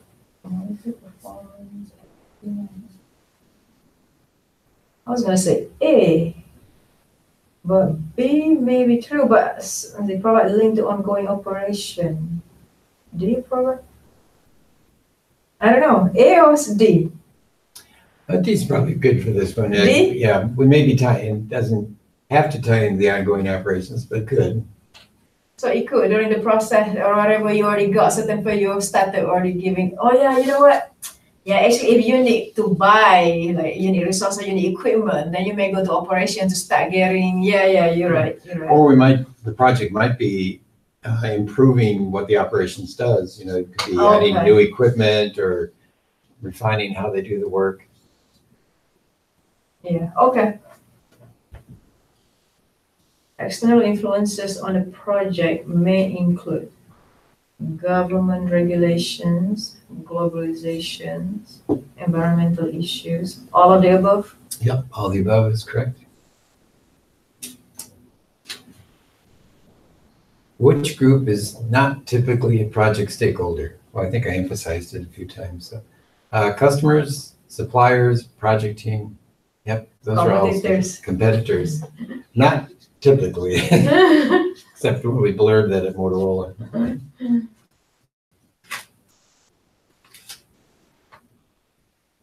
A project can create all of these except product or enhancement of a product, service improvement in an existing product or service. D. Yeah, D is not part of it. Well, I got one of the wordy questions, the first ones. This is one where, following that example, I might read, okay, what should you do? That's the question. You are considering creating a project management office, PMO, in your organization and have solicited opinions from some of the senior managers. First representative recommends a PMO should manage all projects in the organization. Second believes the PMO should handle large projects budgeted over a certain or defined dollar amount. Third thinks the PMO should simply provide support to the departmental project managers. What should you do? First one is go as the first representative's opinion because project management office is intended to be a central repository for all project information and management of all projects. Not a bad idea. Go with the second representative's opinion because it's not practical for the PMO to manage all projects. Most important projects should be managed by a focus group of trained project professionals. Well, sort of sounds good, but why not have them do them all? Get other opinions from the representative's employees. This is actually a sequential one. Begin the process of gaining authority and formal approval before implementing any of the three choices. I want to say D. Yeah, before we do anything else, we're just considering putting this together, so we need to get the authority and formal approval before we do any of those other choices. Yeah, so D is a good one for that.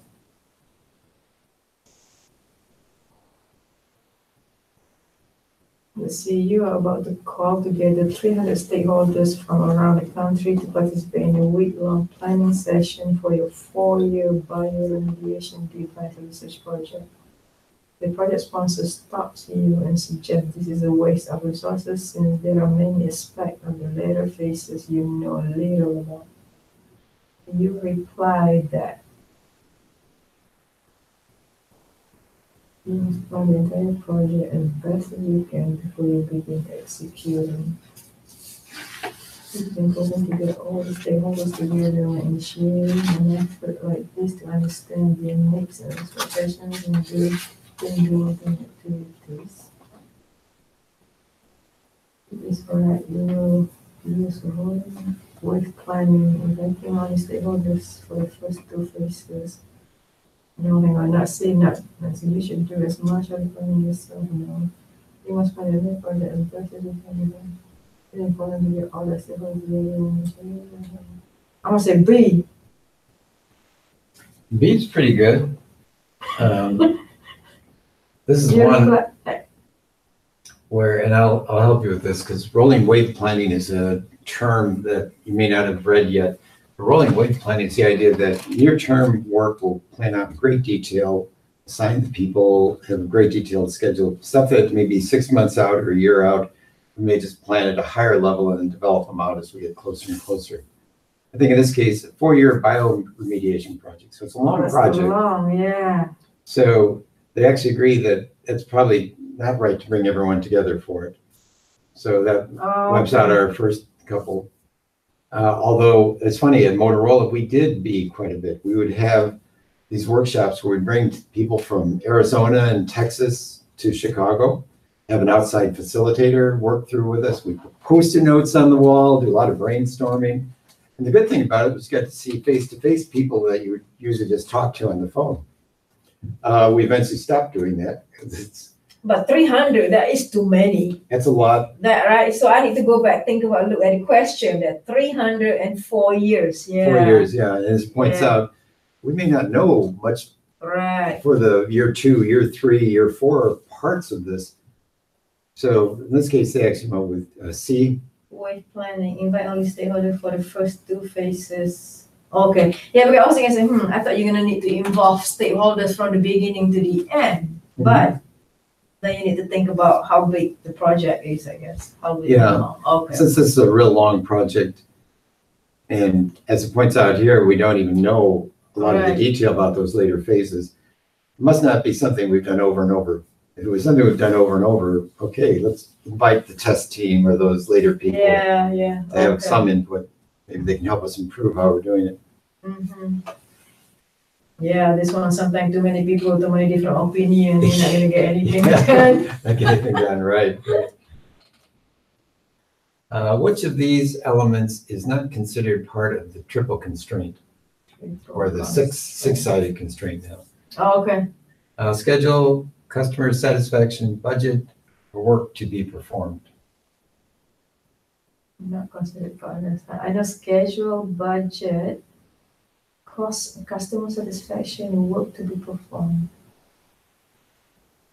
Is it customer satisfaction? Yeah, that's ultimately what we're trying to do is satisfy the customer. So that's the result, but not one of the parts of the Constraint. constraints. Oh, okay.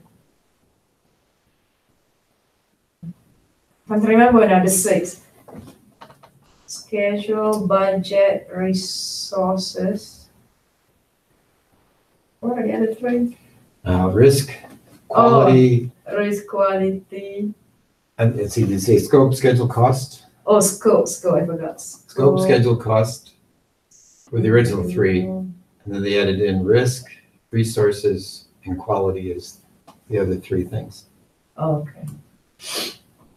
So you are a project manager in a large organization that uses a metric structure for project. You have been assigned to investigate what organizational structure your competitors use and how this affects the ability to manage projects successfully. How would you describe the main difference between a metric organization and a functional organization? Most companies have found that functional organization structures provide the most flexibility for managing projects. Not true. In a functional organization, project managers have more authority than they do in a metric organization. That's not true. More people work full-time on projects in a functional organization than in a metrics organization. maybe. Project team members usually report to two bosses in a metric organization, the functional managers and the project manager. So, hang on, what's the question again? How would you describe the main difference between metrics and functional? Oh, okay. More people, I say, how do you describe the main difference? What kind of fun?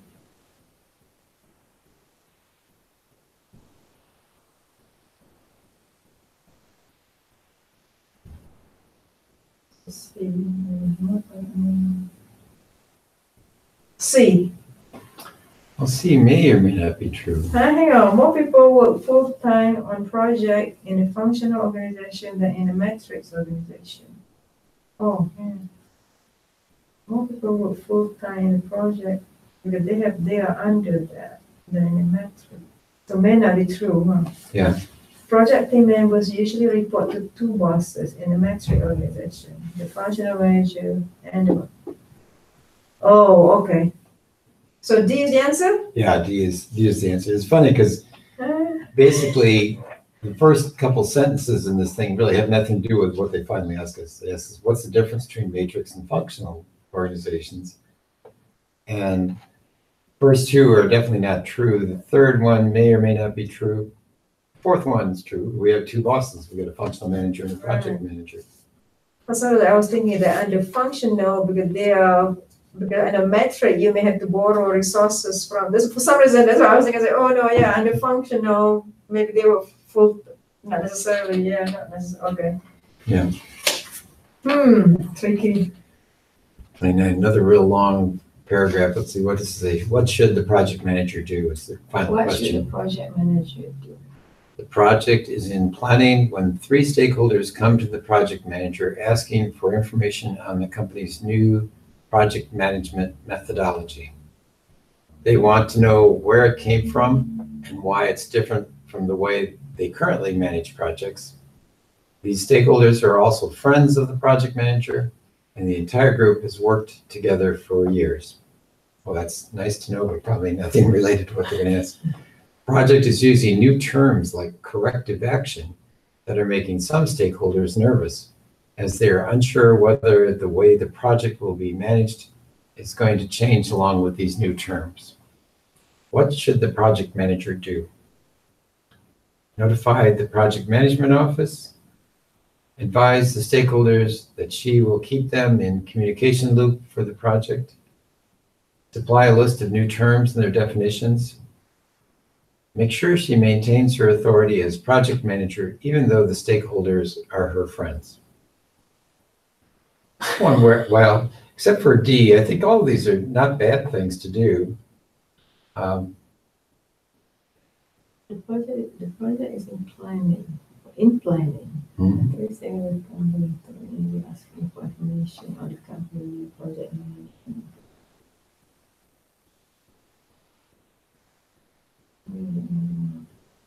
Advise stakeholders that she will keep them in communication loop for the project.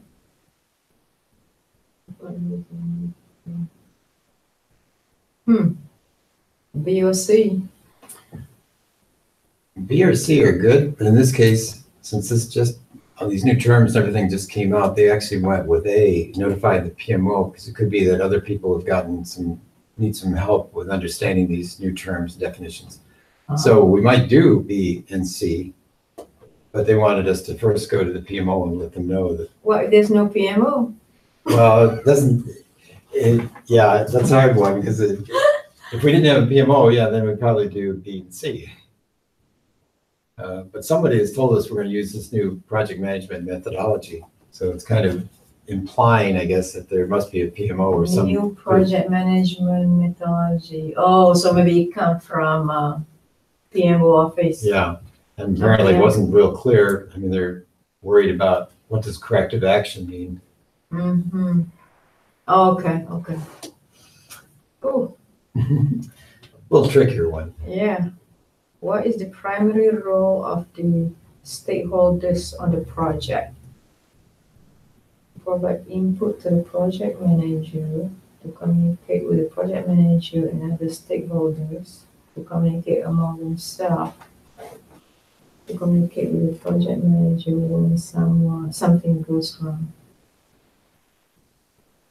Hopefully to not. provide input.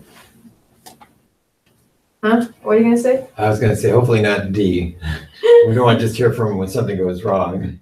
To communicate among themselves in order to define the requirement. Hang on. What is the primary role of the stakeholders on the project? To provide input to the project manager,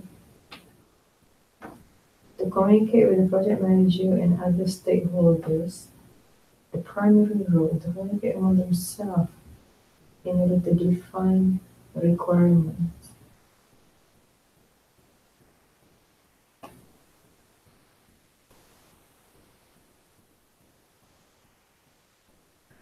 Definitely not D. And maybe not C.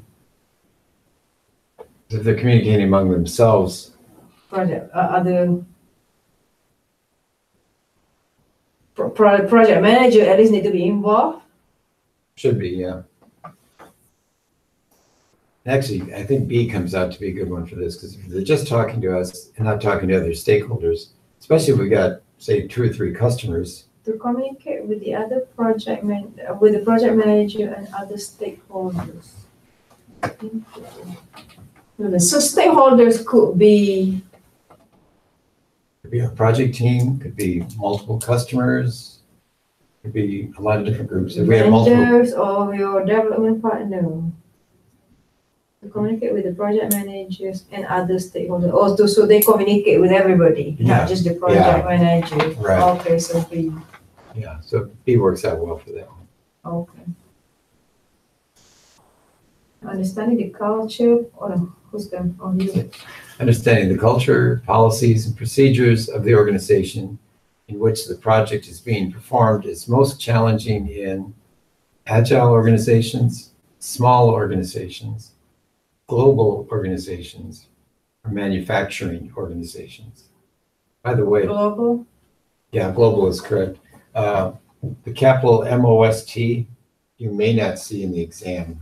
They may not highlight words like that. Oh. So you might have to catch the fact they're talking about the most challenging. Mm-hmm. But yeah, global organizations is correct.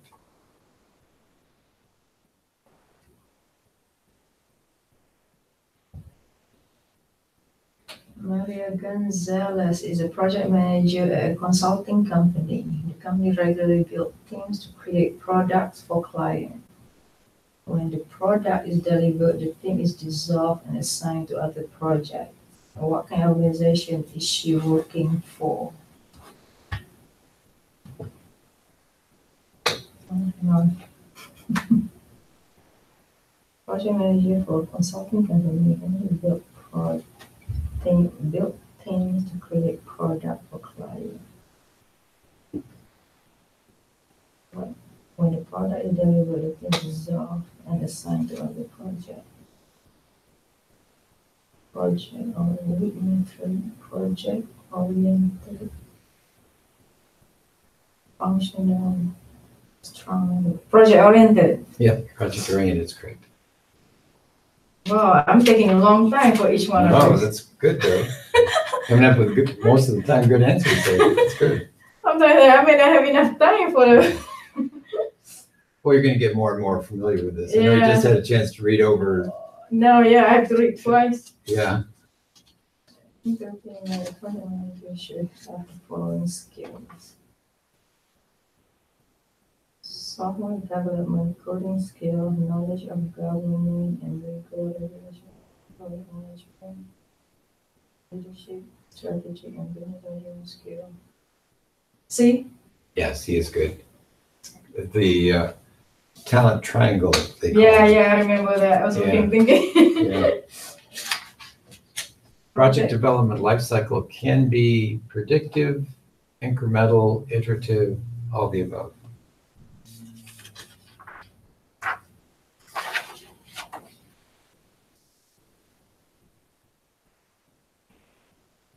I know C for sure. Mm-hmm. I guess it can be predict, maybe all of the above? Yeah, it's gonna be all of the above. We actually had 4 breakdowns. They had the predictive, incremental, iterative, and agile as the 4 main categories of project Right, that looks like, development life oh, cycles. okay, that diagram. Yeah, I'm gonna remember that. yeah, so any of those, all the above. Oh, done. We're done. Yeah, I didn't write down how many I got right. You know what, and I usually emphasize with this, use this as the learning tool and not whether I got 80% or 90%. But So more, this is everything that you covered today yeah, in here, pretty much. yeah? Okay. We've got a little bit of time, so what we'll do is do a little bit of fast track, so I'm gonna have a chance Fast to track, show let's you a see little what bit that about is, that. yeah.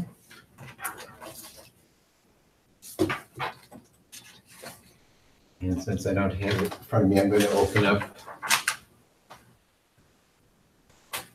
that file I sent you. And I'll give you a copy of this too. I just like to open it up because I can just click on the link then rather than going looking for it. Better than typing it in. Mm-hmm. This is a typical view you'll see. Now, in this case, NITA at MITS-USA was used most recently, so I'll probably use that. So when I sign in, if somebody was using it, it'll give me something like this. You're already logged in on a different machine or device, which means somebody else is actually using it. I see. So what I'll do is actually use one of the other ones. You give me that, correct? 3 different ways to log in? Yeah, You give there's that to me three. again? Yeah, there's 3 different Oh, ways. here, I see, I got it. So instead of NITA, I'll be, say, Dave at MITS USA.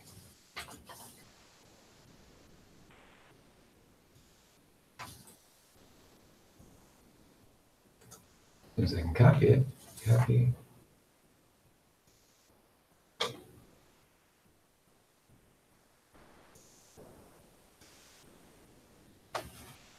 Oops. Excuse me. Let's see if anybody's on Dave. Nope, nobody's on Dave. This is why it becomes important too to track your records because we're all using the same 4 generic ones. So, Yeah. Okay, I did 2 correct out of, if I did November 18th, somebody went in there and got 2 out of 8 right. It'll say you probably need more work on that. And 69 is even getting close. Today's 19th, so somebody was already in there today doing that one. So this just shows what people have done.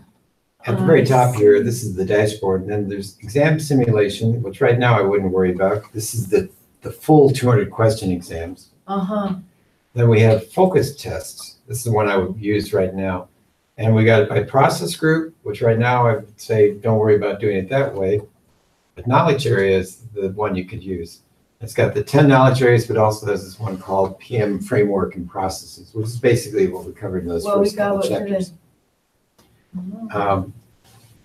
Just for your information, we can also do it by keyword or question ID. I didn't use keyword. Sometimes is helpful, but that's only if you're curious about one specific thing. I think most of the time I would just use these. So as we go through each chapter, you'll be able to use these. There's almost 1,600 questions in here. So if you did, say, 20 questions on framework today and 20 questions tomorrow, it'd probably be a different mix of questions. Might have a couple. I got 1,600 just for all of them or just for framework? For all of them. For all of them. So it's roughly 150 to 250 questions per each knowledge area. Oh, okay. And the old setup, I used to have that knowledge. Now they don't give us that specific thing. So what we'll do is we'll start out with this one. When I click on that, it gives you an option about how many questions you want to do. I'd suggest early on, 20 questions is good, or half an hour, hour's worth of questions, whatever you have time for. And once I get that, way down here, it'll say start test. So click on that. And we're doing it in the training mode. It's actually going to time it, but that's not really important right now. So 6 seconds, 9 seconds, 10 seconds. Okay, that's nice. It'll give you the question. And then down below here, it'll have peek at the answer, mark for marked for review. And they've got two new things in it, which I guess are in the actual PMI exam. You could highlight certain things or strike through. Now, this one's pretty simple, so we don't have a lot in There's there. more power in a strong matrix organization. Okay. Project manager. Senior management, functional manager, sponsor, project manager. D. And we can peek at the answer. And it says that is correct. Gives you an explanation. Also gives you a page reference in the PMP exam prep book, Ah. which can be helpful. Mm. Project management office can have varying level of authority within organization. The type of PMO with the highest level of control of a project is. Dictatorial. I hope not. Dictators. We want dictators. Organization supported directly. B or D? Yeah, If they have the highest control. has control. Yeah, Direct, huh? those words are so similar. It's not sure. Oh, it is D. Good. You're right. I was leaning more towards B, but and it's good because even when you get it right, it still gives you an explanation. Explain why. Well, I think this is one that it helps explain it a little bit more. Oh, it says authoritative and dictatorial are made up terms as far as the PMI exam is concerned. Directive and oh, okay.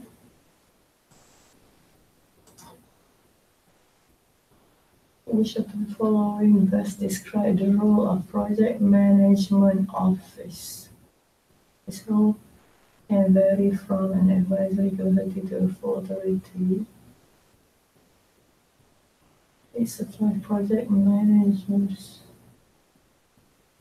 for project. Female staff are part of the change control board. They provide the project management procedures.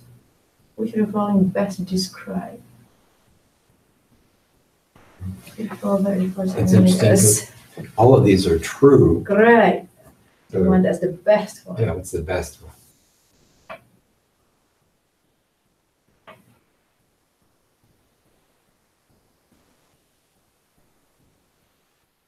Vary from an advisory capacity to full authority. Yeah, step part. Okay, A or D? Maybe D. Oh, that's good. I got a hunch it Provide might the be. project management procedures, right? They have the Yeah, right D. they can do that. I kind of like A myself. You like A? It's either A or D, yeah. Yeah. Is that your final answer? Yeah. And it's A. A. Role of Okay. project management office is defined by its parent organization. It may include the work described in the other choices. That's why. So all three of those other choices. Again, the one good thing with A is that it can vary. Yeah. And it is true that it could be everything from being a supportive or advisory role to Okay. having full authority. Consideration of ongoing operations and maintenance is crucially important to products of projects. Ongoing operation and maintenance should be viewed as a separate project, be included in activities to be performed during the project, and be a separate phase. Not be viewed as part of a project. D. Mm-hmm. That sounds good to me. D is right. It looks like D is a lot of the answers. May or may not always be the case.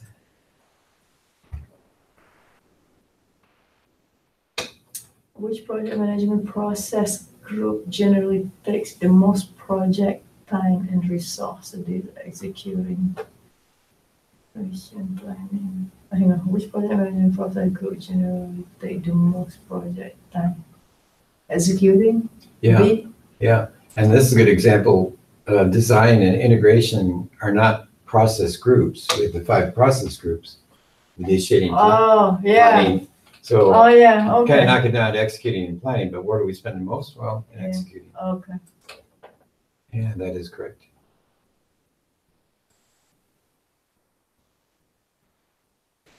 The project sponsor has just signed the project charter.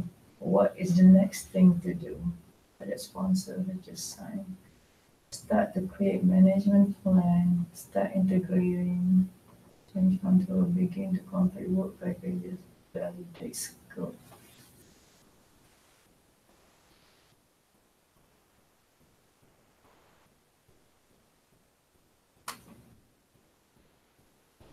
The initiating, what's the initiating? Start to create management plan. A? Yeah, I think A A, right? is a good answer. Okay. This is much later. Complete work packages, so that sounds like Yeah, execution. that's that. I was gonna say between A or D, but And D, you'll get more familiar with as we get to that. But that's we have not actually a learned that. monitoring and control process. That's the one process in monitoring and control that doesn't have the word monitor or control in it. So that's actually something we do later. Okay.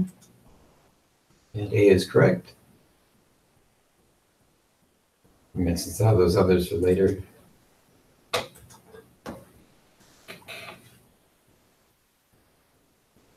Yeah, didn't go. There we go. Manage quality, acquire resources, and manage communications are all part of which process group? I think I mentioned that Manage oops, B. did I mention about the word manage? So what I was trying to do is highlight just the word manage. Manage. Monitoring and controlling. Manage. Manage communication. Manage quality, acquire resources. Hang on. Oh, hang on. Manage quality, acquire resources, and manage communication. Oh, planning. Oh, is it initiating, huh? What is it? Managing that's one of those words, one of those exam hints. Managing is always an executing kind of word.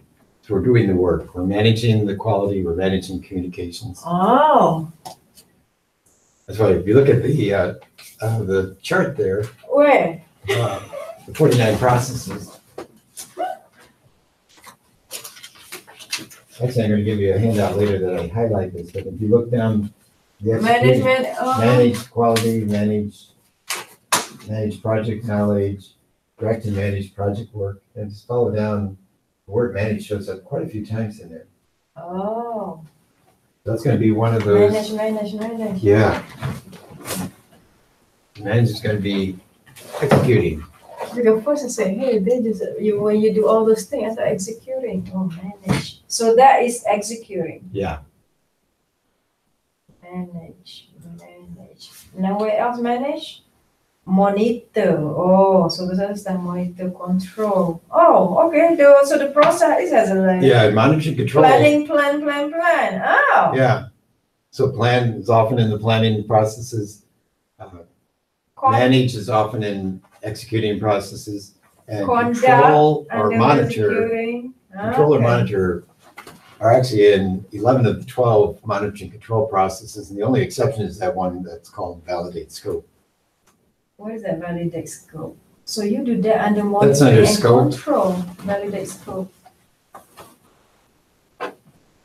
You plan the scope, define scope, and that's under planning. Okay.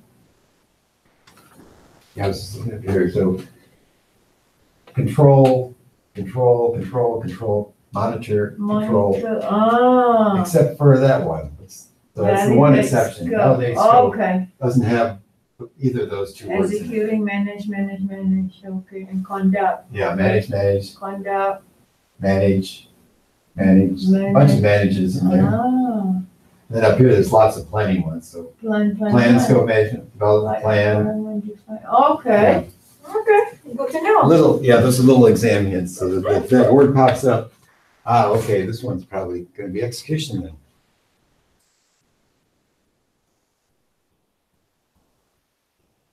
Even though they got these tools for highlighting and strike through, I probably wouldn't use those too much because that could take a lot of time.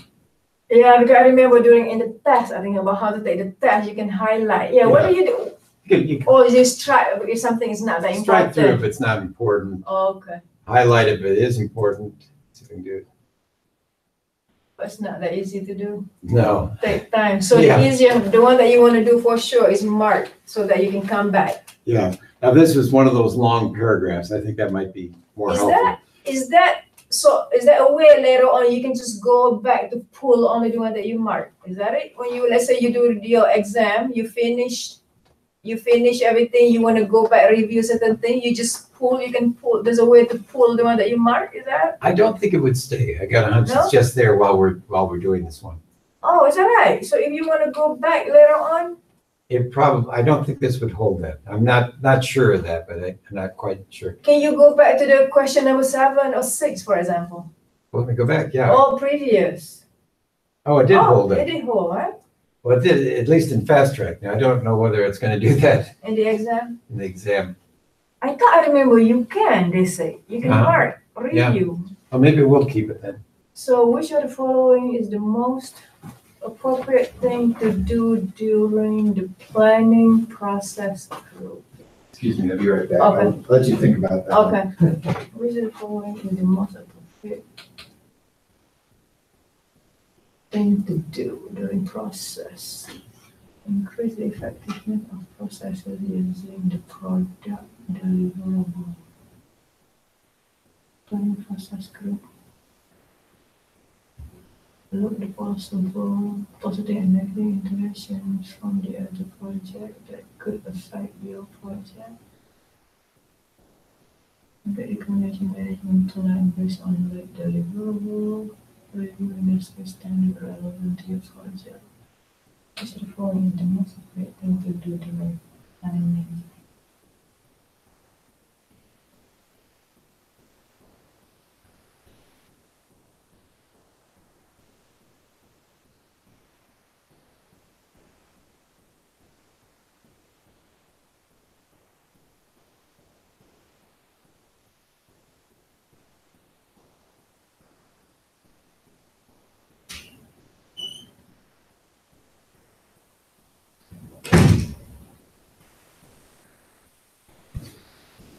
Made it harder to read by striking out that one part.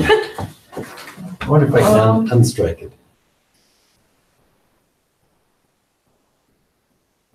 Oh, good. See, we'll unstrike it. Came up with a final answer? I was gonna say either B or D. So it was the negative interactions from the other project that could affect your project. B?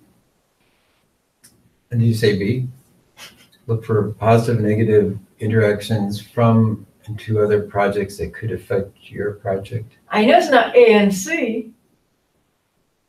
Yeah. This is done later for late deliverable. What do you do for late deliverables? Yeah. Producing Planning process. What is the industry standard relevant to your project? What is the industry standard relevant to your project? I don't know what it is. I don't know. I want to say B. Kind of like that. Let's see what they say. B is correct. Yay. Oh, industry standards might be an input to us, but not how we actually do the work. So.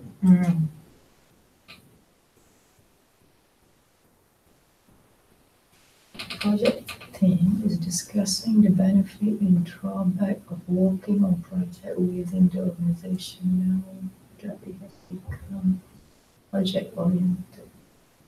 You can agree on many advantages of the team, and the organization will also agree there are some drawback.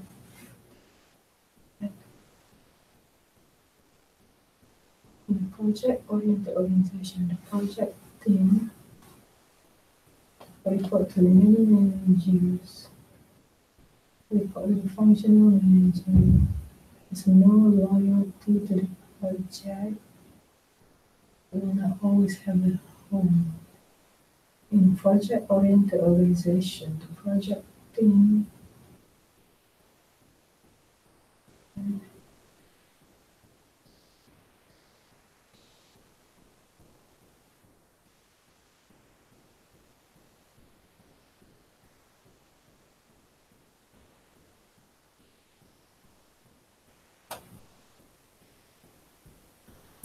It's a little bit funny, we had one of these questions, similar question in one of the quiz questions we had earlier. Whereas in a project-oriented organization, you're working for one project manager, but when the project is done, the team is dispersed Yeah. and may work on other projects. Mm-hmm. They may not always work right away. You may not know what their next is. Hopefully we're doing a pretty good job of it. They'll know pretty quickly where they're going to be working next. Will not always have a. So I actually kind of think in this case, Will not always have a home. yeah, I kind of think that may be what they're talking about here.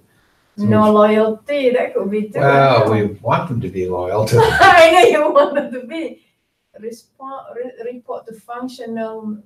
well, Report to many managers. well, If they have a. probably not true here, and actually many managers probably isn't true either. We may have different project managers over Okay, time. So On the one project, we'd be just working for one project manager. report to functional manager.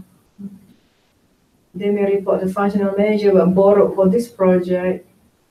Will not always have a home. Okay, let's see, try that. See if I'm guiding us the right way there. Yep, okay. Ah. Main drawback in project-oriented organization is that at the end of the project, when a team is dispersed, they do not have a functional department home to which to return. They need to be assigned to another project or get a job with a different employer. Oh, Oh. that's more extreme. I would different employer. So that is project-oriented organization. Yeah. That's why this Baxter, they were hiring project manager as a temp. Ah, really? Because I said, God, to me, I think that is very important role. Why do you want to hire a temp that this people can just go anytime? Is Wow. it because so specific to the project that when you're done, you're gone, we don't need you anymore?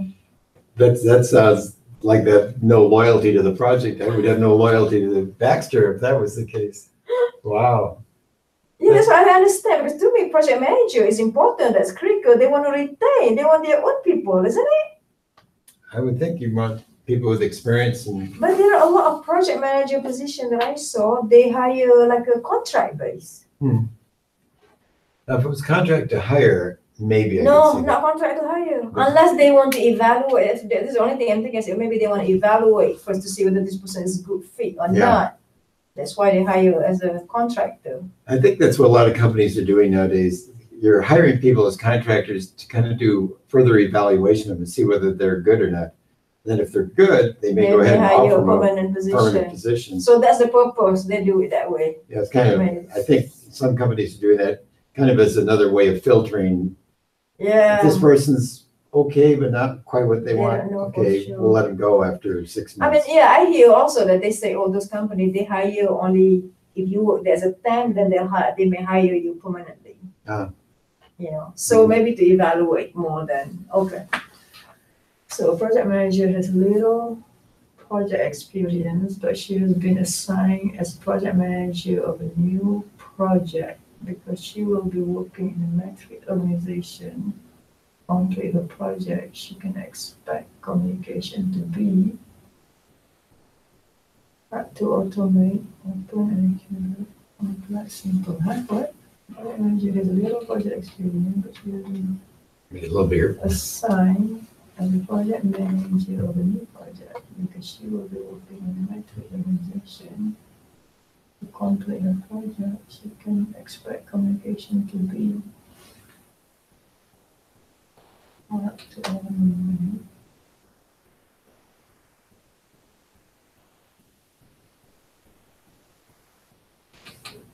What's a metric organization? Matrix again? organizations where we got both the functional manager and the project manager as our boss. Weak would be the functional manager is more in charge, balanced would be equal, strong would be more in charge as project managers. But we've got two bosses, kind of To two, automate, open, and accurate, complex. So it's complex? I think so. We've got functional manager telling us certain things, and our project manager telling us hopefully Okay. similar things, but maybe a little different. Okay. Important time, people from a product organization going more complex. Okay, okay. Okay. I think it's enough for now. So we're going to do review progress. And it allows us to do it a bunch of different ways, but we just answered 10 questions, or you just answered 10 questions, so we'll click on that. I clicked one with mark for review, so see what it would look like. Probably look something like that in the exam too. And like I said, we can go back to any one of these questions. Oh, I see.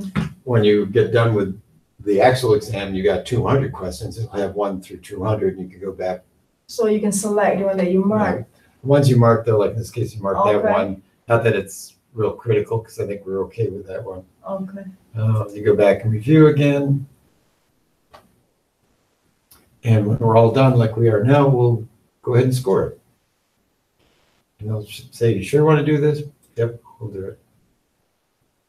Okay, 90%, 9 out of 10. Great work. So during when you take your actual test, do they give, you can go get the score also in the actual test? Do you know your result right away? Yes, at the end of the test, either at the end of the 4 hours or when you say you're done, it'll give you the results right away. Say Oh, pass or fail. And then it'll give you more information, at least in those 5 process groups. And they've changed the wording now. It's not proficient, moderately proficient. It's, I think, on track, need more help or something like that. It's got different wording, but it's the same kind of thing. even if you fail or if you pass or Mhm. either way. Yeah, and actually, if you fail, one of my students gave me an example of that. It actually gave him a breakdown more specifically on how he did or where he was having trouble. See, I don't remember if I had a copy of it in here.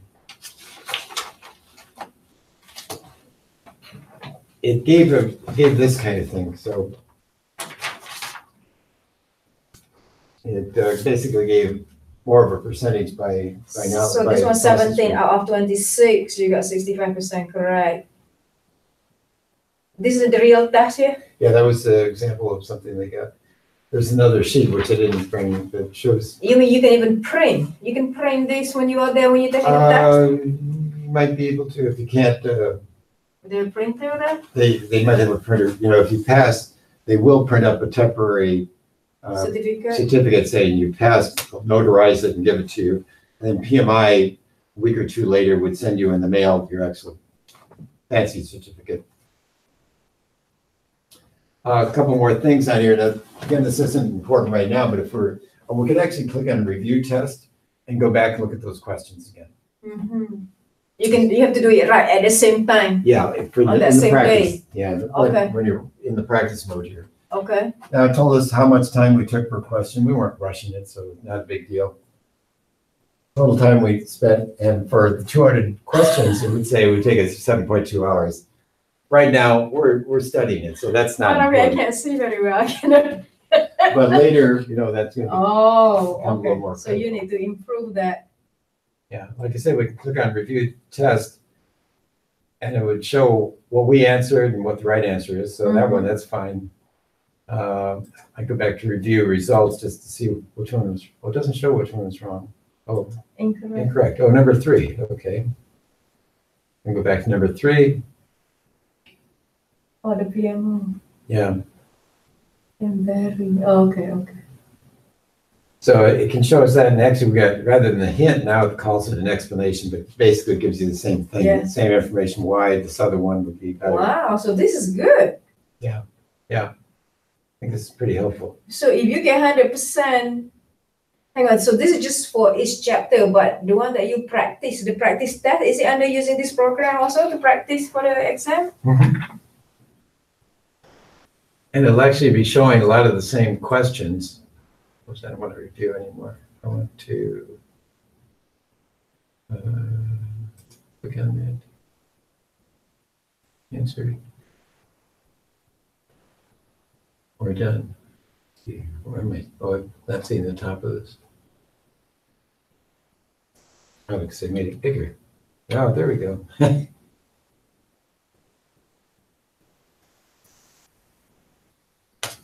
So on the dashboard on that first section, it shows, here's our test, we got 90% on there. And we could actually here even go back. If you knew that, Oh, which one is yours? yeah, if you knew this one was yours and you did PM framework processes on the 19th, you could actually view You can always go back. view back the results. How long does it show and how long does it keep that? Pretty much forever, I think. And you can see there's a lot of tests in here. How many students do you have altogether Right now, right now for PMP? I mean, there might be a couple dozen that are working on their exams right now. okay. So not a huge amount. It goes up and down depending on our student Yeah, base. yeah. No, that's why right now you have about 2,000. 2, maybe 3 dozen students. I know there was a Saturday class that I didn't teach, one of the other instructors taught, and they had 14 students. No, right now it is. No, this was about a month ago. Okay. I had a class with 4 students, a class with 2 students recently. So, and not everybody, maybe some people that took the class 2 or 3 months ago might still be working on actually going for the exam. So I'm guessing 2 to 3 dozen people. Do you have students that come back to retake the class also? Or no? Yeah. Yeah. And one of the things we're open with here, which I think is really good too, is if students want to sit in on the class again, In the and future, if I it want to fits come their back. schedule, they can sit in. Matter of fact, I was going to send a note out to the 2 students who just finished last week saying, and we started You're doing again. this class now. I'll You give them want the to come schedule, back. say if you want to join us or Mhm. log in remotely, glad to have you do that. Okay. So when they do remotely, what do they see? They see what we're showing on the screen. And actually, I can switch it off from sharing to, if I take off the sharing, then it would show the whiteboard, and you can see if I write on the whiteboard. And like when we get some problems and stuff and cost and schedule, I'll probably do that some. Okay. Okay, good. And we're at our done point. So I'm going to sign out from Dave Short. Oh, yeah, you have to sign out so that Yeah. somebody else And can. then you can just close this too, and it'll take, this is just my one I handed out to you. It's best to close it out, because if you don't close it out, then next people come try to use it and it'll say it's already in use. Yeah, It's so I best said to you need to. log out.